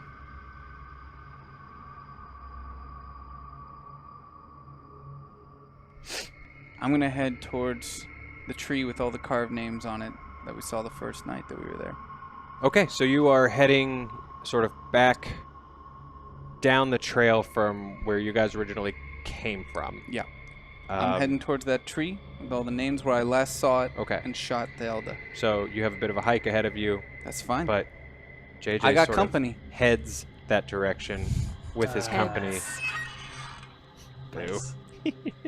And as you move into the woods, Apollonia, Joshua has led you out of this field, and ahead of you there is really what can only be described as a hole in the ground. Got it. There's a huge sort of massive, almost gaping hole, like a wound, like someone just punched through.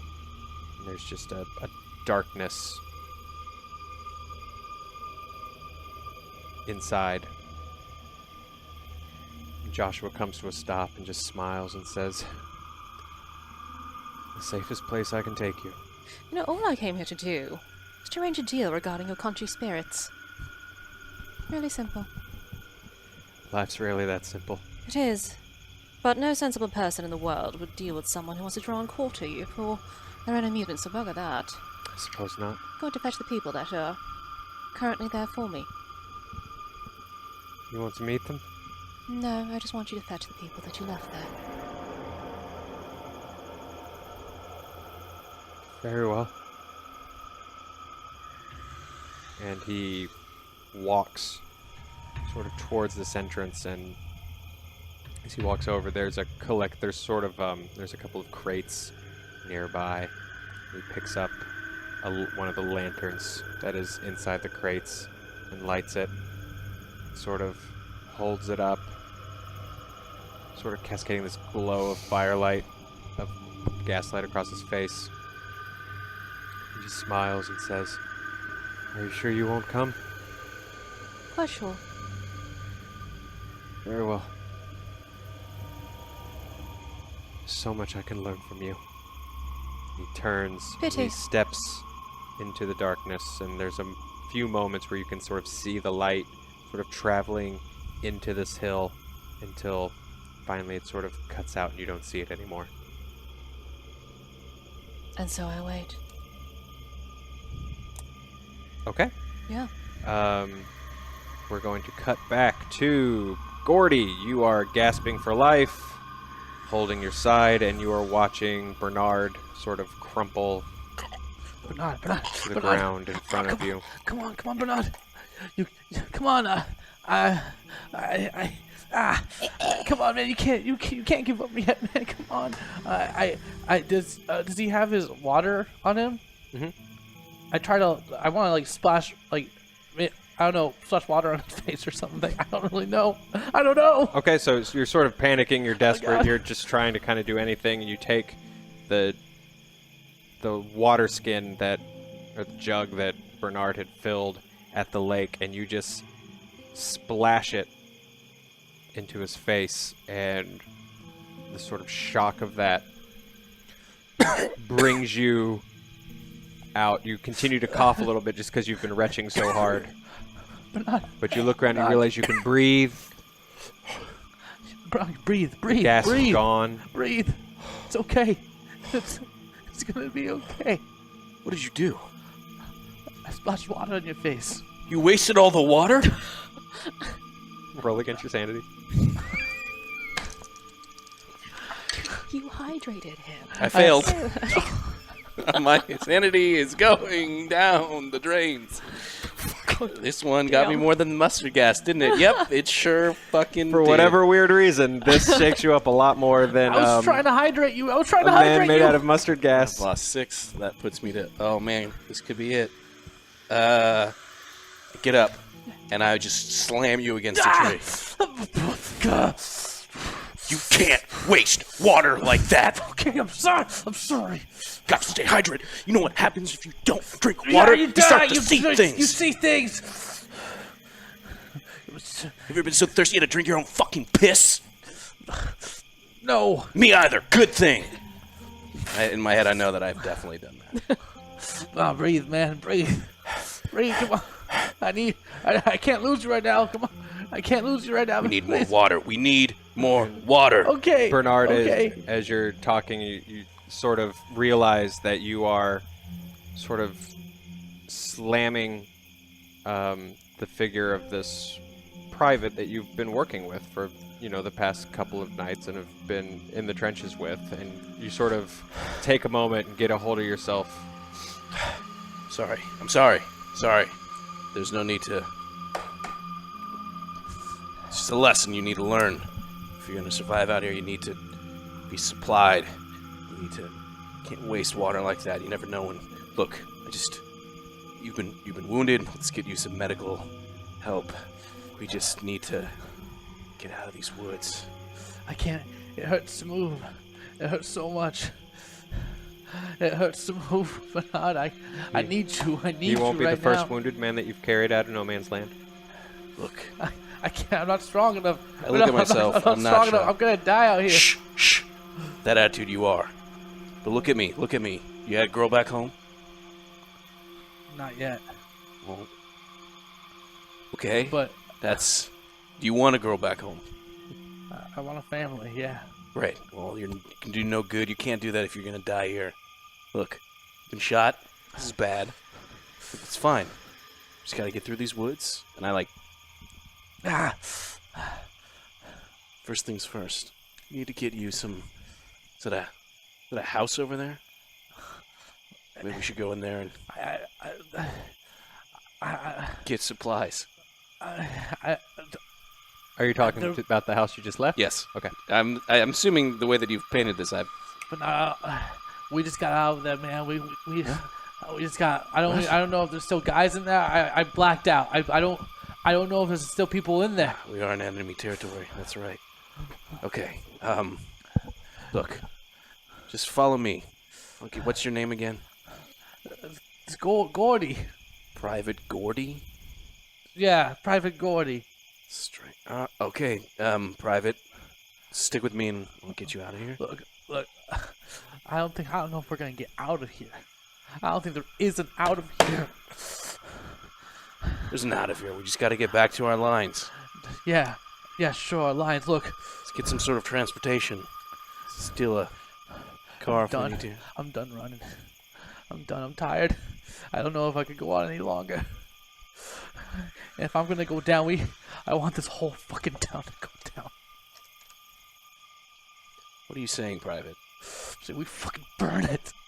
We burn this whole place down. And if we die, at least we tried. At least we died fighting. There's like strange images of, even though I'm seeing something differently, of like burning down like a diner and like that coming back to me. Sure. I think, you're sort of seeing everything with the skin of World War I right now, but, Oh, But, yeah, like, that's what I'm saying. Yeah, you're not like looking at a house and not seeing it or seeing like Yeah, a giant yeah. German castle. Yeah. Look, I think, Yeah. I honestly think that the people who are missing are hiding somewhere in that house. We didn't get to search it.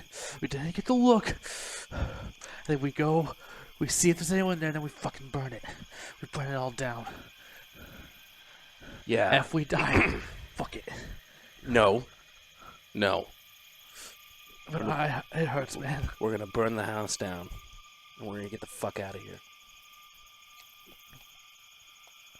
All right. I'm gonna start slowly moving my way back to this house. This is like the house, the abandoned house, yeah? Listen to me. Look at me. Look at me.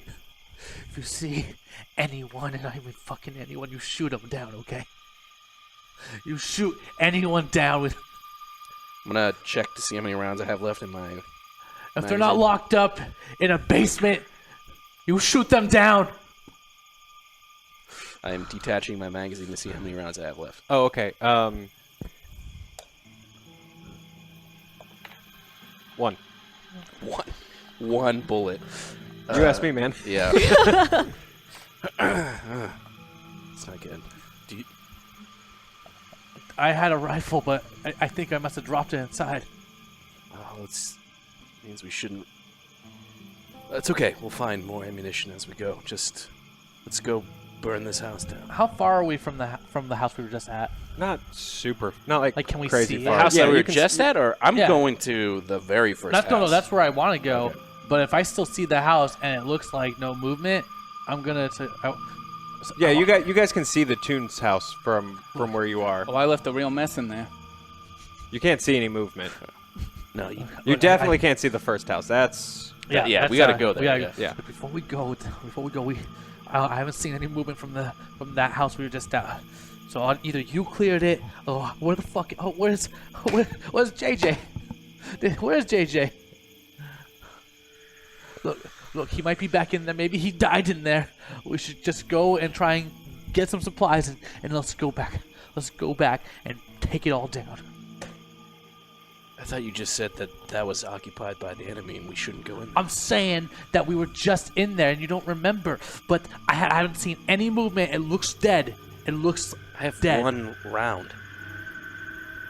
If there is any way that we're not going to be able to do anything.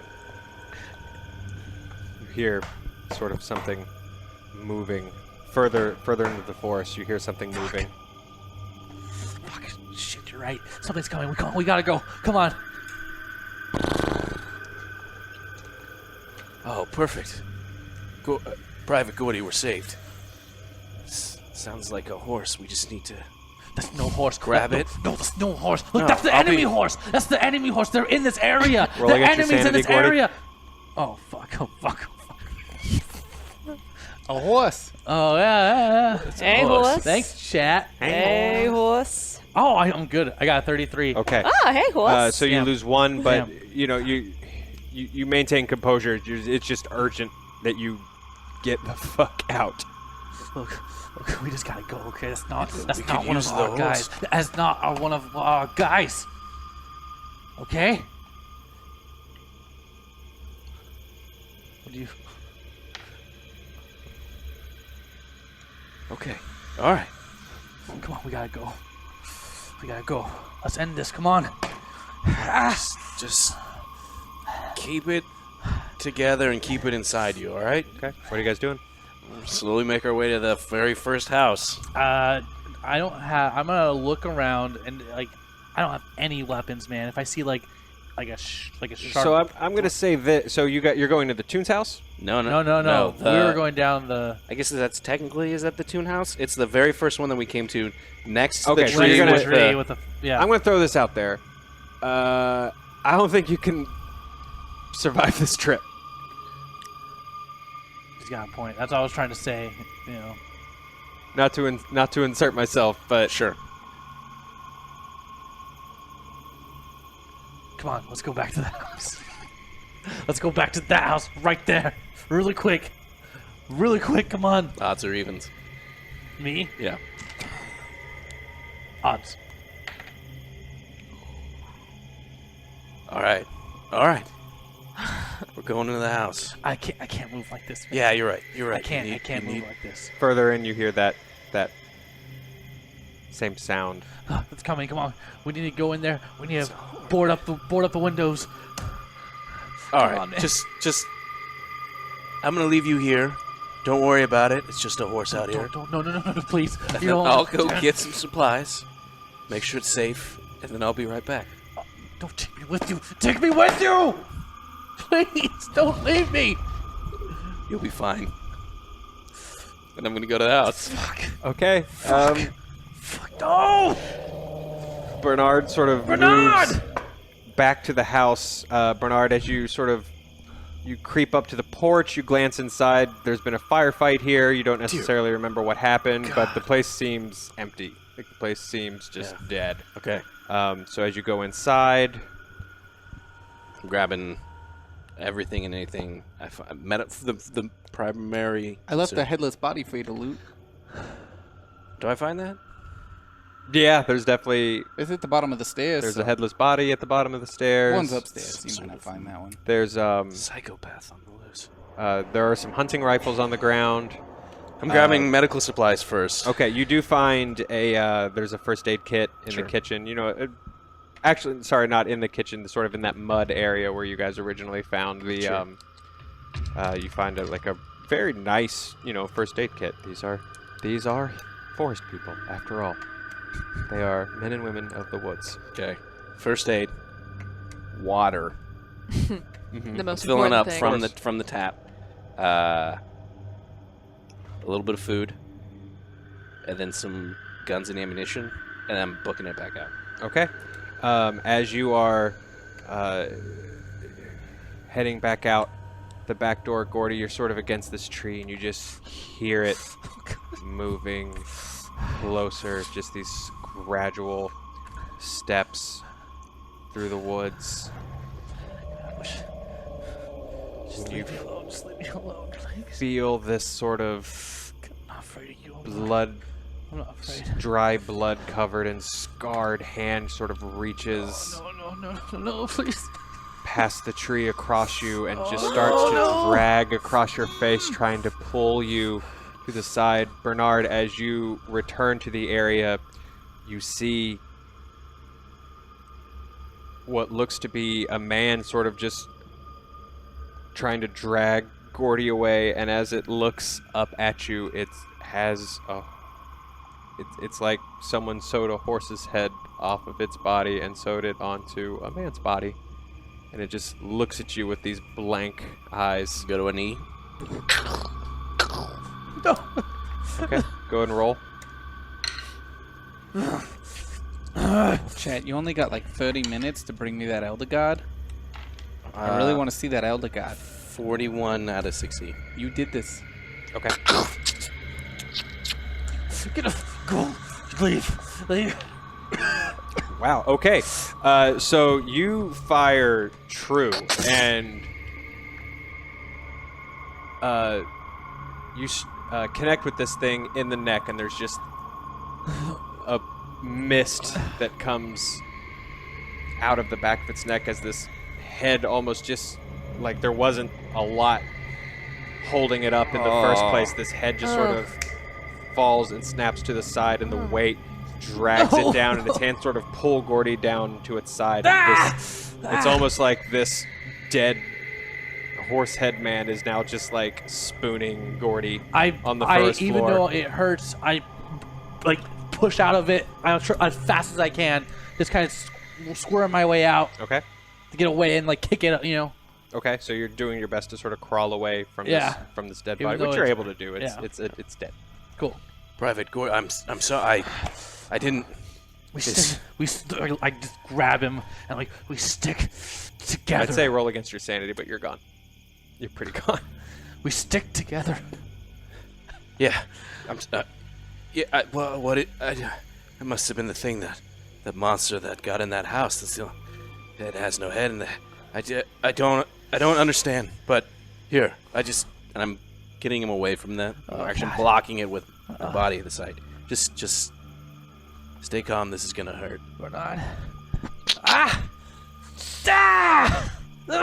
Okay, so as you start to work on Gordy, and Gordy's sort of pain builds into this yell that pours out of the forest, we cut back to Apollonia, who is standing at the entrance of this cave. It's been maybe 15, 20 minutes. Is there anything else besides lanterns there?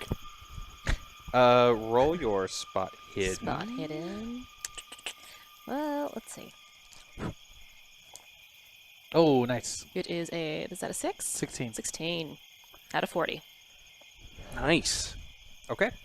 So you sort of go up to the crates, and as you're sort of searching, looking around, you find mostly just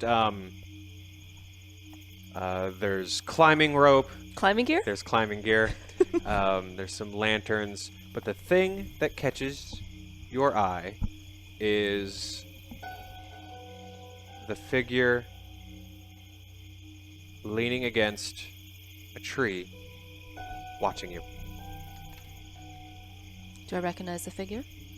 It's sort of in darkness. Mm-hmm. So no. Well, you can see in the dark. Yeah. Sorry. You see a woman who looks to be about your age. Black suit, black blouse. She has black hair that's sort of pulled up into this braid. You've never seen her before. You don't recognize her. But as she's watching you, she lights a cigarette and just smokes, exhales, just calmly, just observing, not really engaging yet. All right then. I'll let her. Okay. Then I grab a lantern. Okay. Can I light it? Yeah, of course. So I light it. Yes. And I just ever so casually just start exploring the mouth of this cave. Okay. So as you sort of shine this lantern in, it's a very from what you can see. Well, the first thing you notice is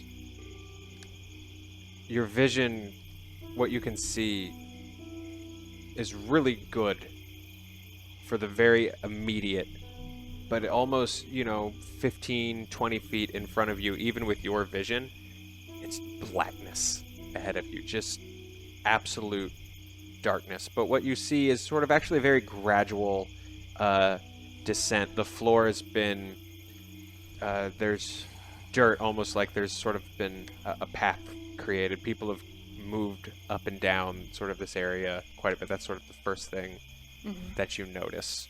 The rock is smooth. There's not like crazy jagged stalactites or anything, or stalagmites like that. It's just sort of the smooth mouth of a cave. All right. Take another step forward, and then another step forward. Okay.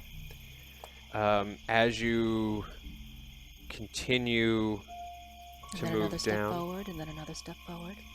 you find yourself, the tunnel starts to move to the right and down. Then I move to the right and down. As you step, you hear the sound of boots on stone behind you at the entrance of the tunnel. Then they can follow me, and I keep on making my way further. Okay. You move, you sort of curve down and to the right, and you come to almost a fork in the road, I suppose you could call it. Directly ahead of you is a very small opening. The right fork continues as is, as sort of this fully formed, you can walk through tunnel, but does start to drop rather sharply Okay. down. You're not going to be like falling or sliding necessarily. It's just a little bit of a tougher hike. Okay. So it's not an Alice in Wonderland fall. No. Okay. No. It's just slightly sharper of an incline, Got it. of a decline. I'll then, between that and the teeny tiny opening, I'll take the normal sized Okay. opening. So you continue to move down. You don't see anything. You sort of move down this narrow tunnel. It's actually starting to narrow a little bit around you to the point where you are starting to walk sideways, Okay. sort of push through. Mm-hmm. And you're doing that. It's getting tighter and tighter. A little harder to breathe, and a little harder to breathe. The walls are coming in just more and more, when suddenly it opens into this massive cavern. Do I still hear the boots following me? You don't. When did they You stop? are probably when you took this fork Okay. as you started to walk down, and you are overlooking just this chasm below you.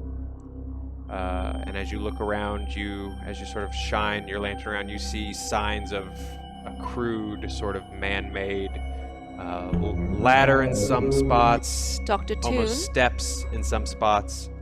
You don't hear anything in response. Well, can I walk around the cavern some more? Yeah, so there's not a whole lot. This is almost just like an overlook, and you're not immediately like, oh, sort of gonna fall. But it's kind of this giant lip of a cavern. The ceiling is higher above you, with rock formations sort of jutting down. You see water dripping off of them and falling. You can hear that water then connecting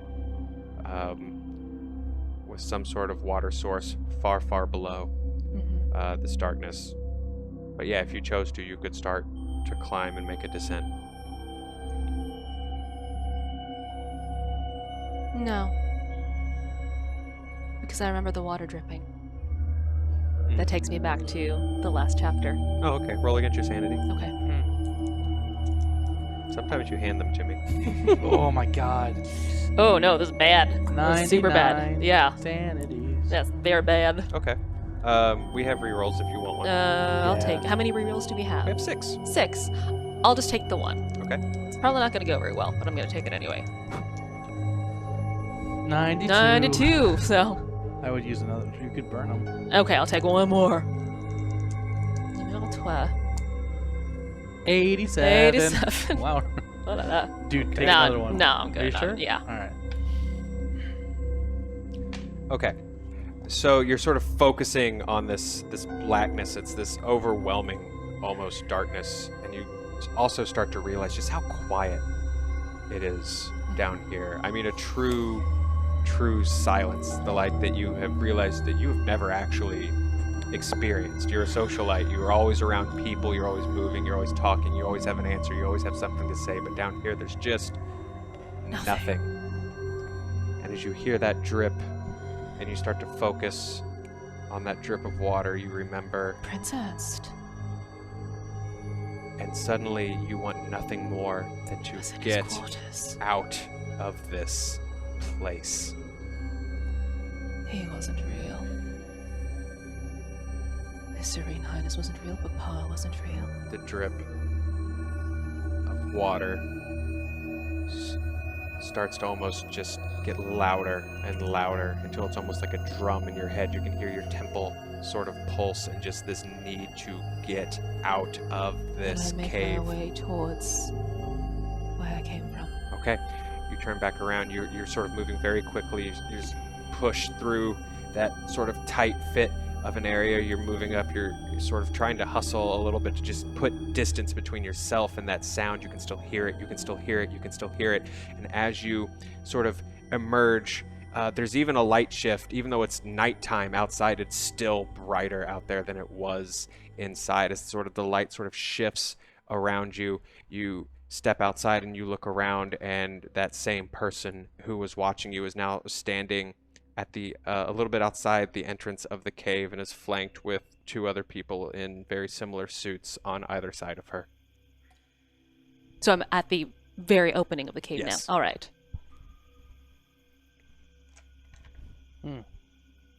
Evening.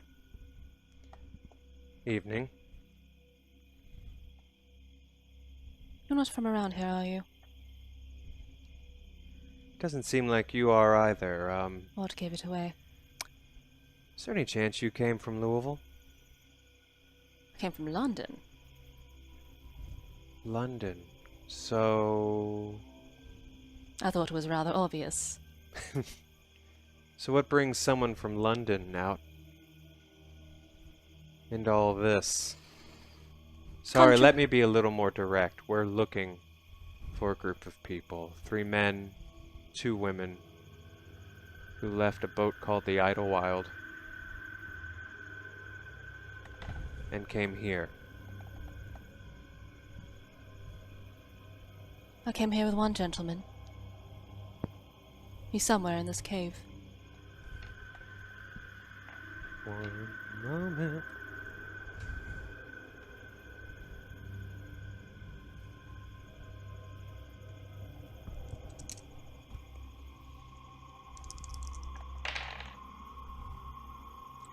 She sort of cocks her head and looks at you, and If you've been doesn't looking, really then I buy trust you that could. necessarily, but sort of goes. Who was the gentleman that brought you to the cave? Dr. Toon. Joshua, he calls himself. Oh, so you've met the Toons. May I ask your name? Lady Wayworth. Lady Wayworth. Yes. I'm afraid that I don't really have a title. My name is Bennett. Mags Bennett.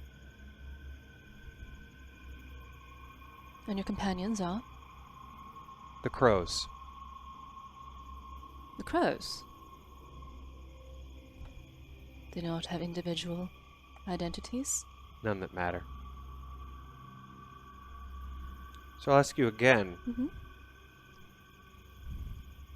Where is your, other female friend and the 3 gentlemen you came here with? I came to this cave with one gentleman. I'm talking about Fisherville, not the cave. I also don't have a lot of patience. All right. The gentlemen, I really don't know where they are. Okay. The woman? Quite frankly, I don't know where she is either. Well, she kind of looks at the 4 gentlemen and shrugs. There was a lot of gunfire, though. We heard that too. We'll get to the bottom of it, but in the meantime... Then why didn't you head there if you were looking for certain individuals? Well, because I was a little more interested in you. You know, Most people are. we are scavengers, after all. It's in the name. And, 1 out of 5 ain't bad, boys. She sort of turns to walk away. The 4 guys next to her all draw sidearms and advance. And as they sort of walk towards you, Apollonia, Mm-hmm. JJ, Yeah. you, at this point, have made your way back towards the railroad tracks. You see the train trestle to your left.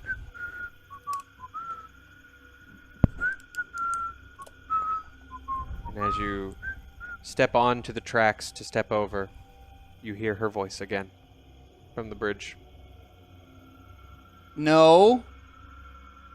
Nuh-uh. You know, I would have never been that disrespectful to my mother. Shut it.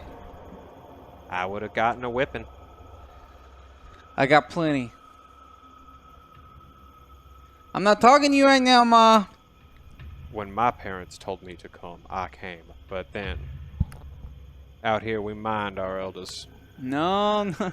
Oh, you do? Yeah, you do. You mind your elders. I know. I see what he did.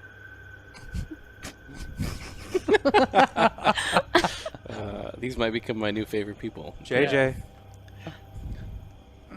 Not right now, Ma. JJ, come here, boy. No, I'm on a very important business. I know you're on business. I got a job. I know you've got a job, love. A job is a job. Come take a break. You deserve a break. I do. You deserve to rest. I do. I deserve a lot of rest. For a long time. JJ, come see your mother. You know, I saw Dad a little bit ago. Really? Yeah. What did he say? He told me your name. And that got me thinking. Why has been seeing you all this time? Why do you think that? Why do you think that is? And pushed me off that ledge. And now I'm here. And I got Tweedledee and Tweedledum in my bag. Do you know why I pushed you off that ledge, JJ?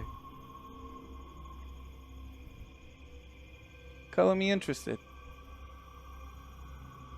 Because you deserved it. Okay. I mean, I was hoping there was a more complicated answer, but I can understand it. Punch after punch and kick after kick, and Yeah, you never okay. stood up for me once, JJ. I was 5. What do you want me to do, You've Mom? never fought back.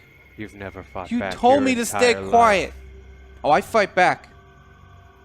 I fight back now. Even when I shouldn't. You don't know because you're not there. Because you left me.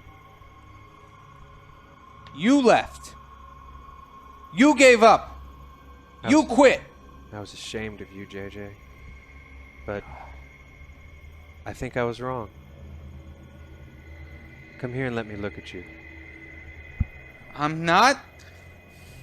I'm tired of this shit. I take the bag. Don't not curse in front of your parents. I'm not gonna take. I just take that bag and I start slamming it into the ground until I feel what the remains inside turn into kind of mushy pulp inside the bag as I'm just hitting it on the ground over and over As again. you are hitting the ground, you sort of feel the ground start to shake a little bit. You hear the horn of a train sort of coming on quick. All right, in the Ma. distance. Give it another push. All right?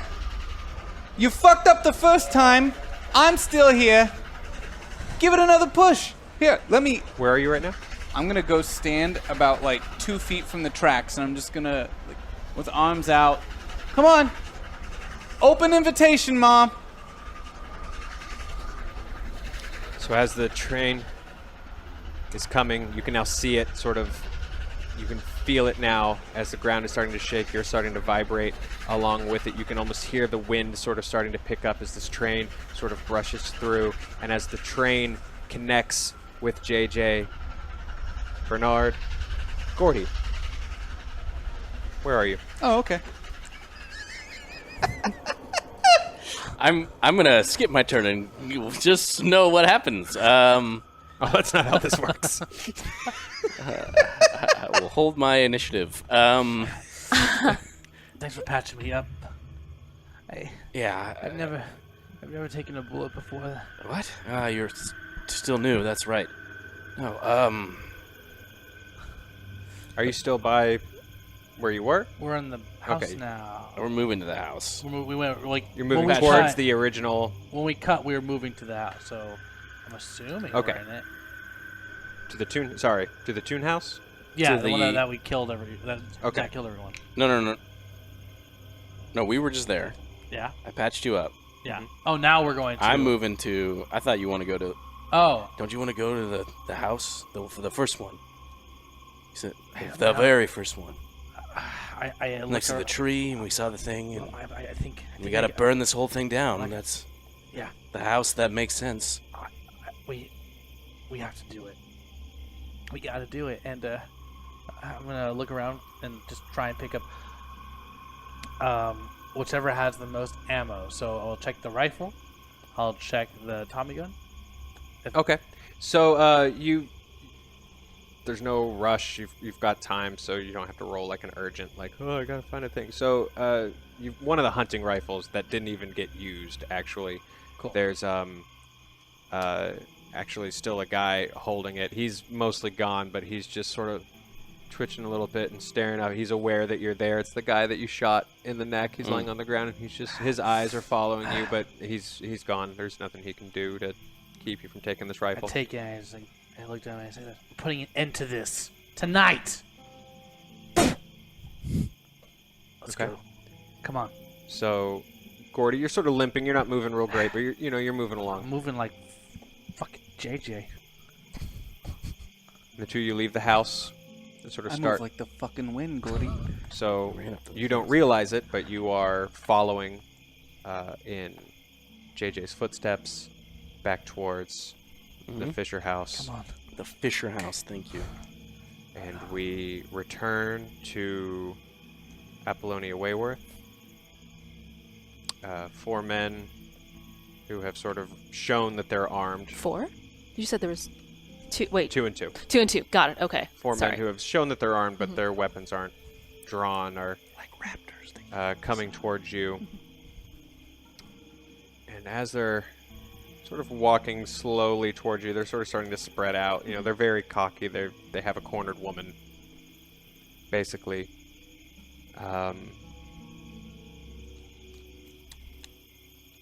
You start to realize the thirst is starting to build. You've done 2 feats tonight. Mm-hmm. You're going to need to recharge soon. Soon. Gentlemen, I shan't ask what you're asking me to do because it is rather obvious, but I did come here with the notion of fetching a companion of one of my friends. The good doctor offered to go and do that for me. If you have been following me, then you know that there's only one of me and no doctor. So, if you will oblige, I'll come, but not without them. Oh, ma'am, I think you misunderstand. Miss What? Bennett, this is sort of the one on the. He's to your left. And He's what on is the your very name? edge. Who gives a shit's my name? I don't know. I do. Trevor's my name. Why do you just have a book of names? I'll tell you later. Okay. Are these your enemies? No. Poor Trevor. I say a prayer every night of everyone. I think you misunderstood your situation here. We're not taking you anywhere. We're gonna put you in the ground, ma'am. Oh, all right. Yeah, all right. I step closer to him. Trevor, Okay. was it? Yes, ma'am. And as you're sort of stepping closer, he's opening his suit jacket and just gesturing again to the revolver in his hip. Okay. Then I do what I do. Okay. I grab Trevor Okay. and I sink my teeth into his neck. So we're going to use your. Here's how we could do this. All right. Let's use your last feat, that burst of speed. Okay. You clear the distance between you and Trevor. Mm-hmm. You sink your teeth into this poor Now, guy's I've neck. positioned myself behind him. Okay, So you he's, kind of come he's around and opened up he's, his suit jacket and I've come right behind him. and he's yeah. okay. So he's human shield now. Mm-hmm. As you sink your teeth into his neck, let me. Oh, second time tonight I have to roll against an NPC sanity. That's kind of fun and weird.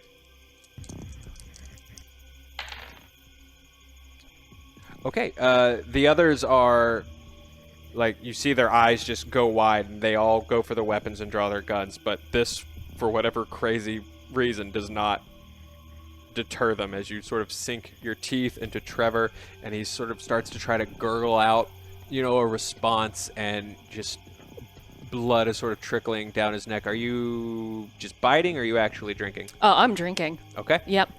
So as you sort of start to drink from this guy, he's gurgling at first and he's in pain at first, and then you sort of feel him almost like push back against you as just this like wave of ecstasy rolls across his face as his eyes are almost like rolling in the back of his head as he just sort of like reaches and just puts a hand on your side, almost like he's embracing a lover as you sort of just start to drain the life out of this guy.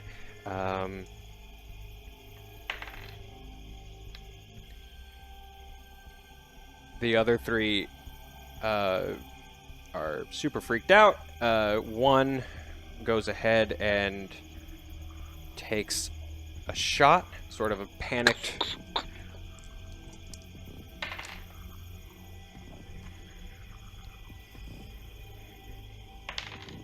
Okay.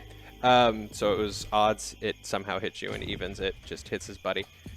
So this guy, he draws his revolver and he takes a shot, and it just like thuds into Trevor's chest, and you feel that hand just grip against your waist.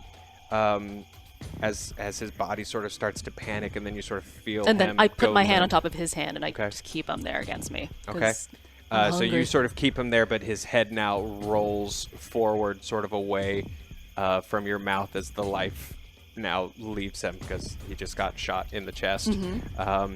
And these three guys sort of look at you with this, holding this body, and just sort of blood sort of pouring off of your chin.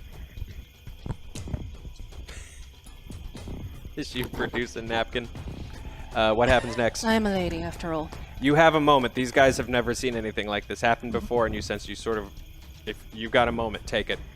If I have a moment, I go for the next guy. Okay.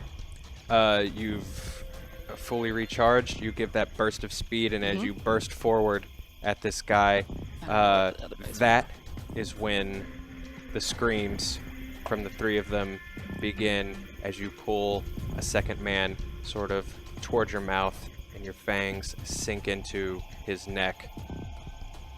We hear gunshots ring out over the forest. We hear the train power through, and that is where we will end tonight's episode Question. of He Left It Dead. Am I alive or dead? Mm. Great. Good talk. Good talk. We'll have to find out next week. God damn it. You got tune in. Get it, tune family. in. Tune on. All the You got plays it. on words. You got a tonight. good head on your shoulders. And I got a good head in my bag that I just smashed in the ground. Ooh, It's that time. was a show. You went full Joker on this one, and it creeped me out, but I Yeah, liked it. that was good. Don't ever go full boil. That was pretty great. Damn, that was Terrifying. a show, It was awesome. you guys. Thank you very much for playing with me. Yeah. Before I get into tips, first I want to just out the gate give Zach Oh my fucking props for the God. beginning of this episode. Thank you I know it's sort of fun and the audience likes to screw with you, but that was awesome Jesus rolling Yeah, through dude, those that was flashbacks awesome. like that. I'm just glad that we got to finally let me be myself on a show. Right? Yeah, you finally got to actually show a little bit of actual Zach Eubank. Sure. Yeah. No, I'm glad. I'm Always super having glad. to put a mask on. It sucks. Thank you guys so much for watching. This thing's gonna wrap up one way or the other next week. Gordy and Bernard. This is gonna be a weird riding catch-up off into for- the sunset, totally on a horse, and he's fine. Oh, man. Dude, we should have checked that house for like I can't wait fucking to alcohol catch and like Emma a, up. in a tinderbox. Yeah, We fucked up. and just a couple of Bibles and a cross. Ah, Oh, you need those? So let's roll through some tips, you guys. Thank you guys so much for coming through strong tonight. Eridinks said, "Yay for He Left It Dead! Can't wait to see what happens. Here's a sanity for Apollonia, a moment of peace among the current craziness, Thank and you. how long it lasted." Thank you so much. The Shadow Piper, a little bit of a hashtag reroll love to start things off. Have you, fun. thank you. I hope you did. J Pistol, hashtag reroll, don't die before we drive you insane. We sort of got there. Orion Power 2001, hashtag reroll. Have a feeling Thank you. things are going to get wild tonight. Yep. You guys will need this. J Pistol, hashtag evil. Bernard sees a figure surrounded in mist. As it gets closer, he sees that it's not so much a figure in fog, but a figure made up of gas. When it gets even closer, his skin begins to itch. He feels a sharp pain in his lungs. That was fucked up. That was, That really was real fucked fucked up. We're not done with the gas man because I love Ugh. the gas man. That was great. Thank you Oof. so much, J Pistol. The horsehead That guy was finally so came back messed tonight. up. Gas man's definitely coming back. Jabberwocky D, hashtag reroll. I think you might need this with the crazy JJ. Bradley Burnett, hashtag reroll. Thank you so Thank you, much. thank Mr. you. Al, hashtag reroll. Oh, you guys came through for these guys so much. Thank you. J Pistol, hey Zach, how are things? Sorry about all those insanities last week and all those anti-rerolls last night. We're still cool, right? Hashtag reroll. Nice. WCH, hashtag reroll. Soul810, hashtag reroll. Thank you guys both so much. Empty Nocti, the decapitated head in JJ's hands whispers the name of the elder god. He hears his mother's name. Hashtag GM. That was dope. Thank you so much. You motherfucker. That was so dope. I was like, oh god, they can keep, because I love the tunes. I've been waiting this whole game for you guys to meet them, because they're based on the people who ran my church camp.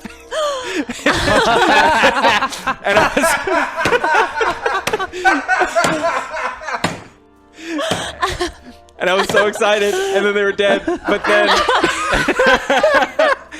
But then, thanks to Empty, I was like, oh god, they can live on. Yay! I'm so excited. I don't have to stop playing Bates yet. That is amazing. Bates and Ed Toon. Ed, rest in peace, sir. I hope I did you justice. Wow. They're very sweet people. One of them turned out to be a puppet. Debbie. And just a I'm so sorry, Bates. I'm so glad that you don't know how to use the internet, I don't think.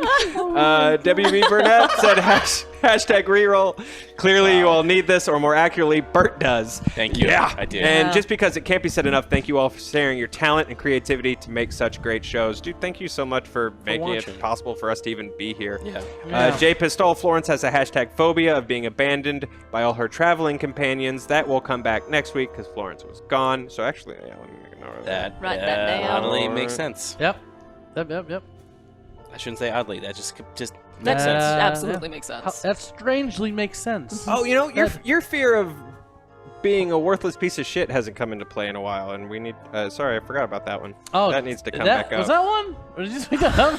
I don't remember. Write that Was down. that from we were Volume actually talking 1? above game. We just feel like. Oh yeah. Was that from I Volume think 1 that where was he's from like Volume 1 where he was just that? Yeah, it was that fear of just being like amounting insignificant. to was nothing. Volume one. That was Volume was 1. Volume That was a one. long time Guys, ago. that was just too real. Bradley yeah. Burnett, hashtag sanity Yeah, that for was a long JJ time and ago. Gordy. So November. much insanity in this volume. Maybe a little balance is needed. We'll be kicking off next week's episode with that.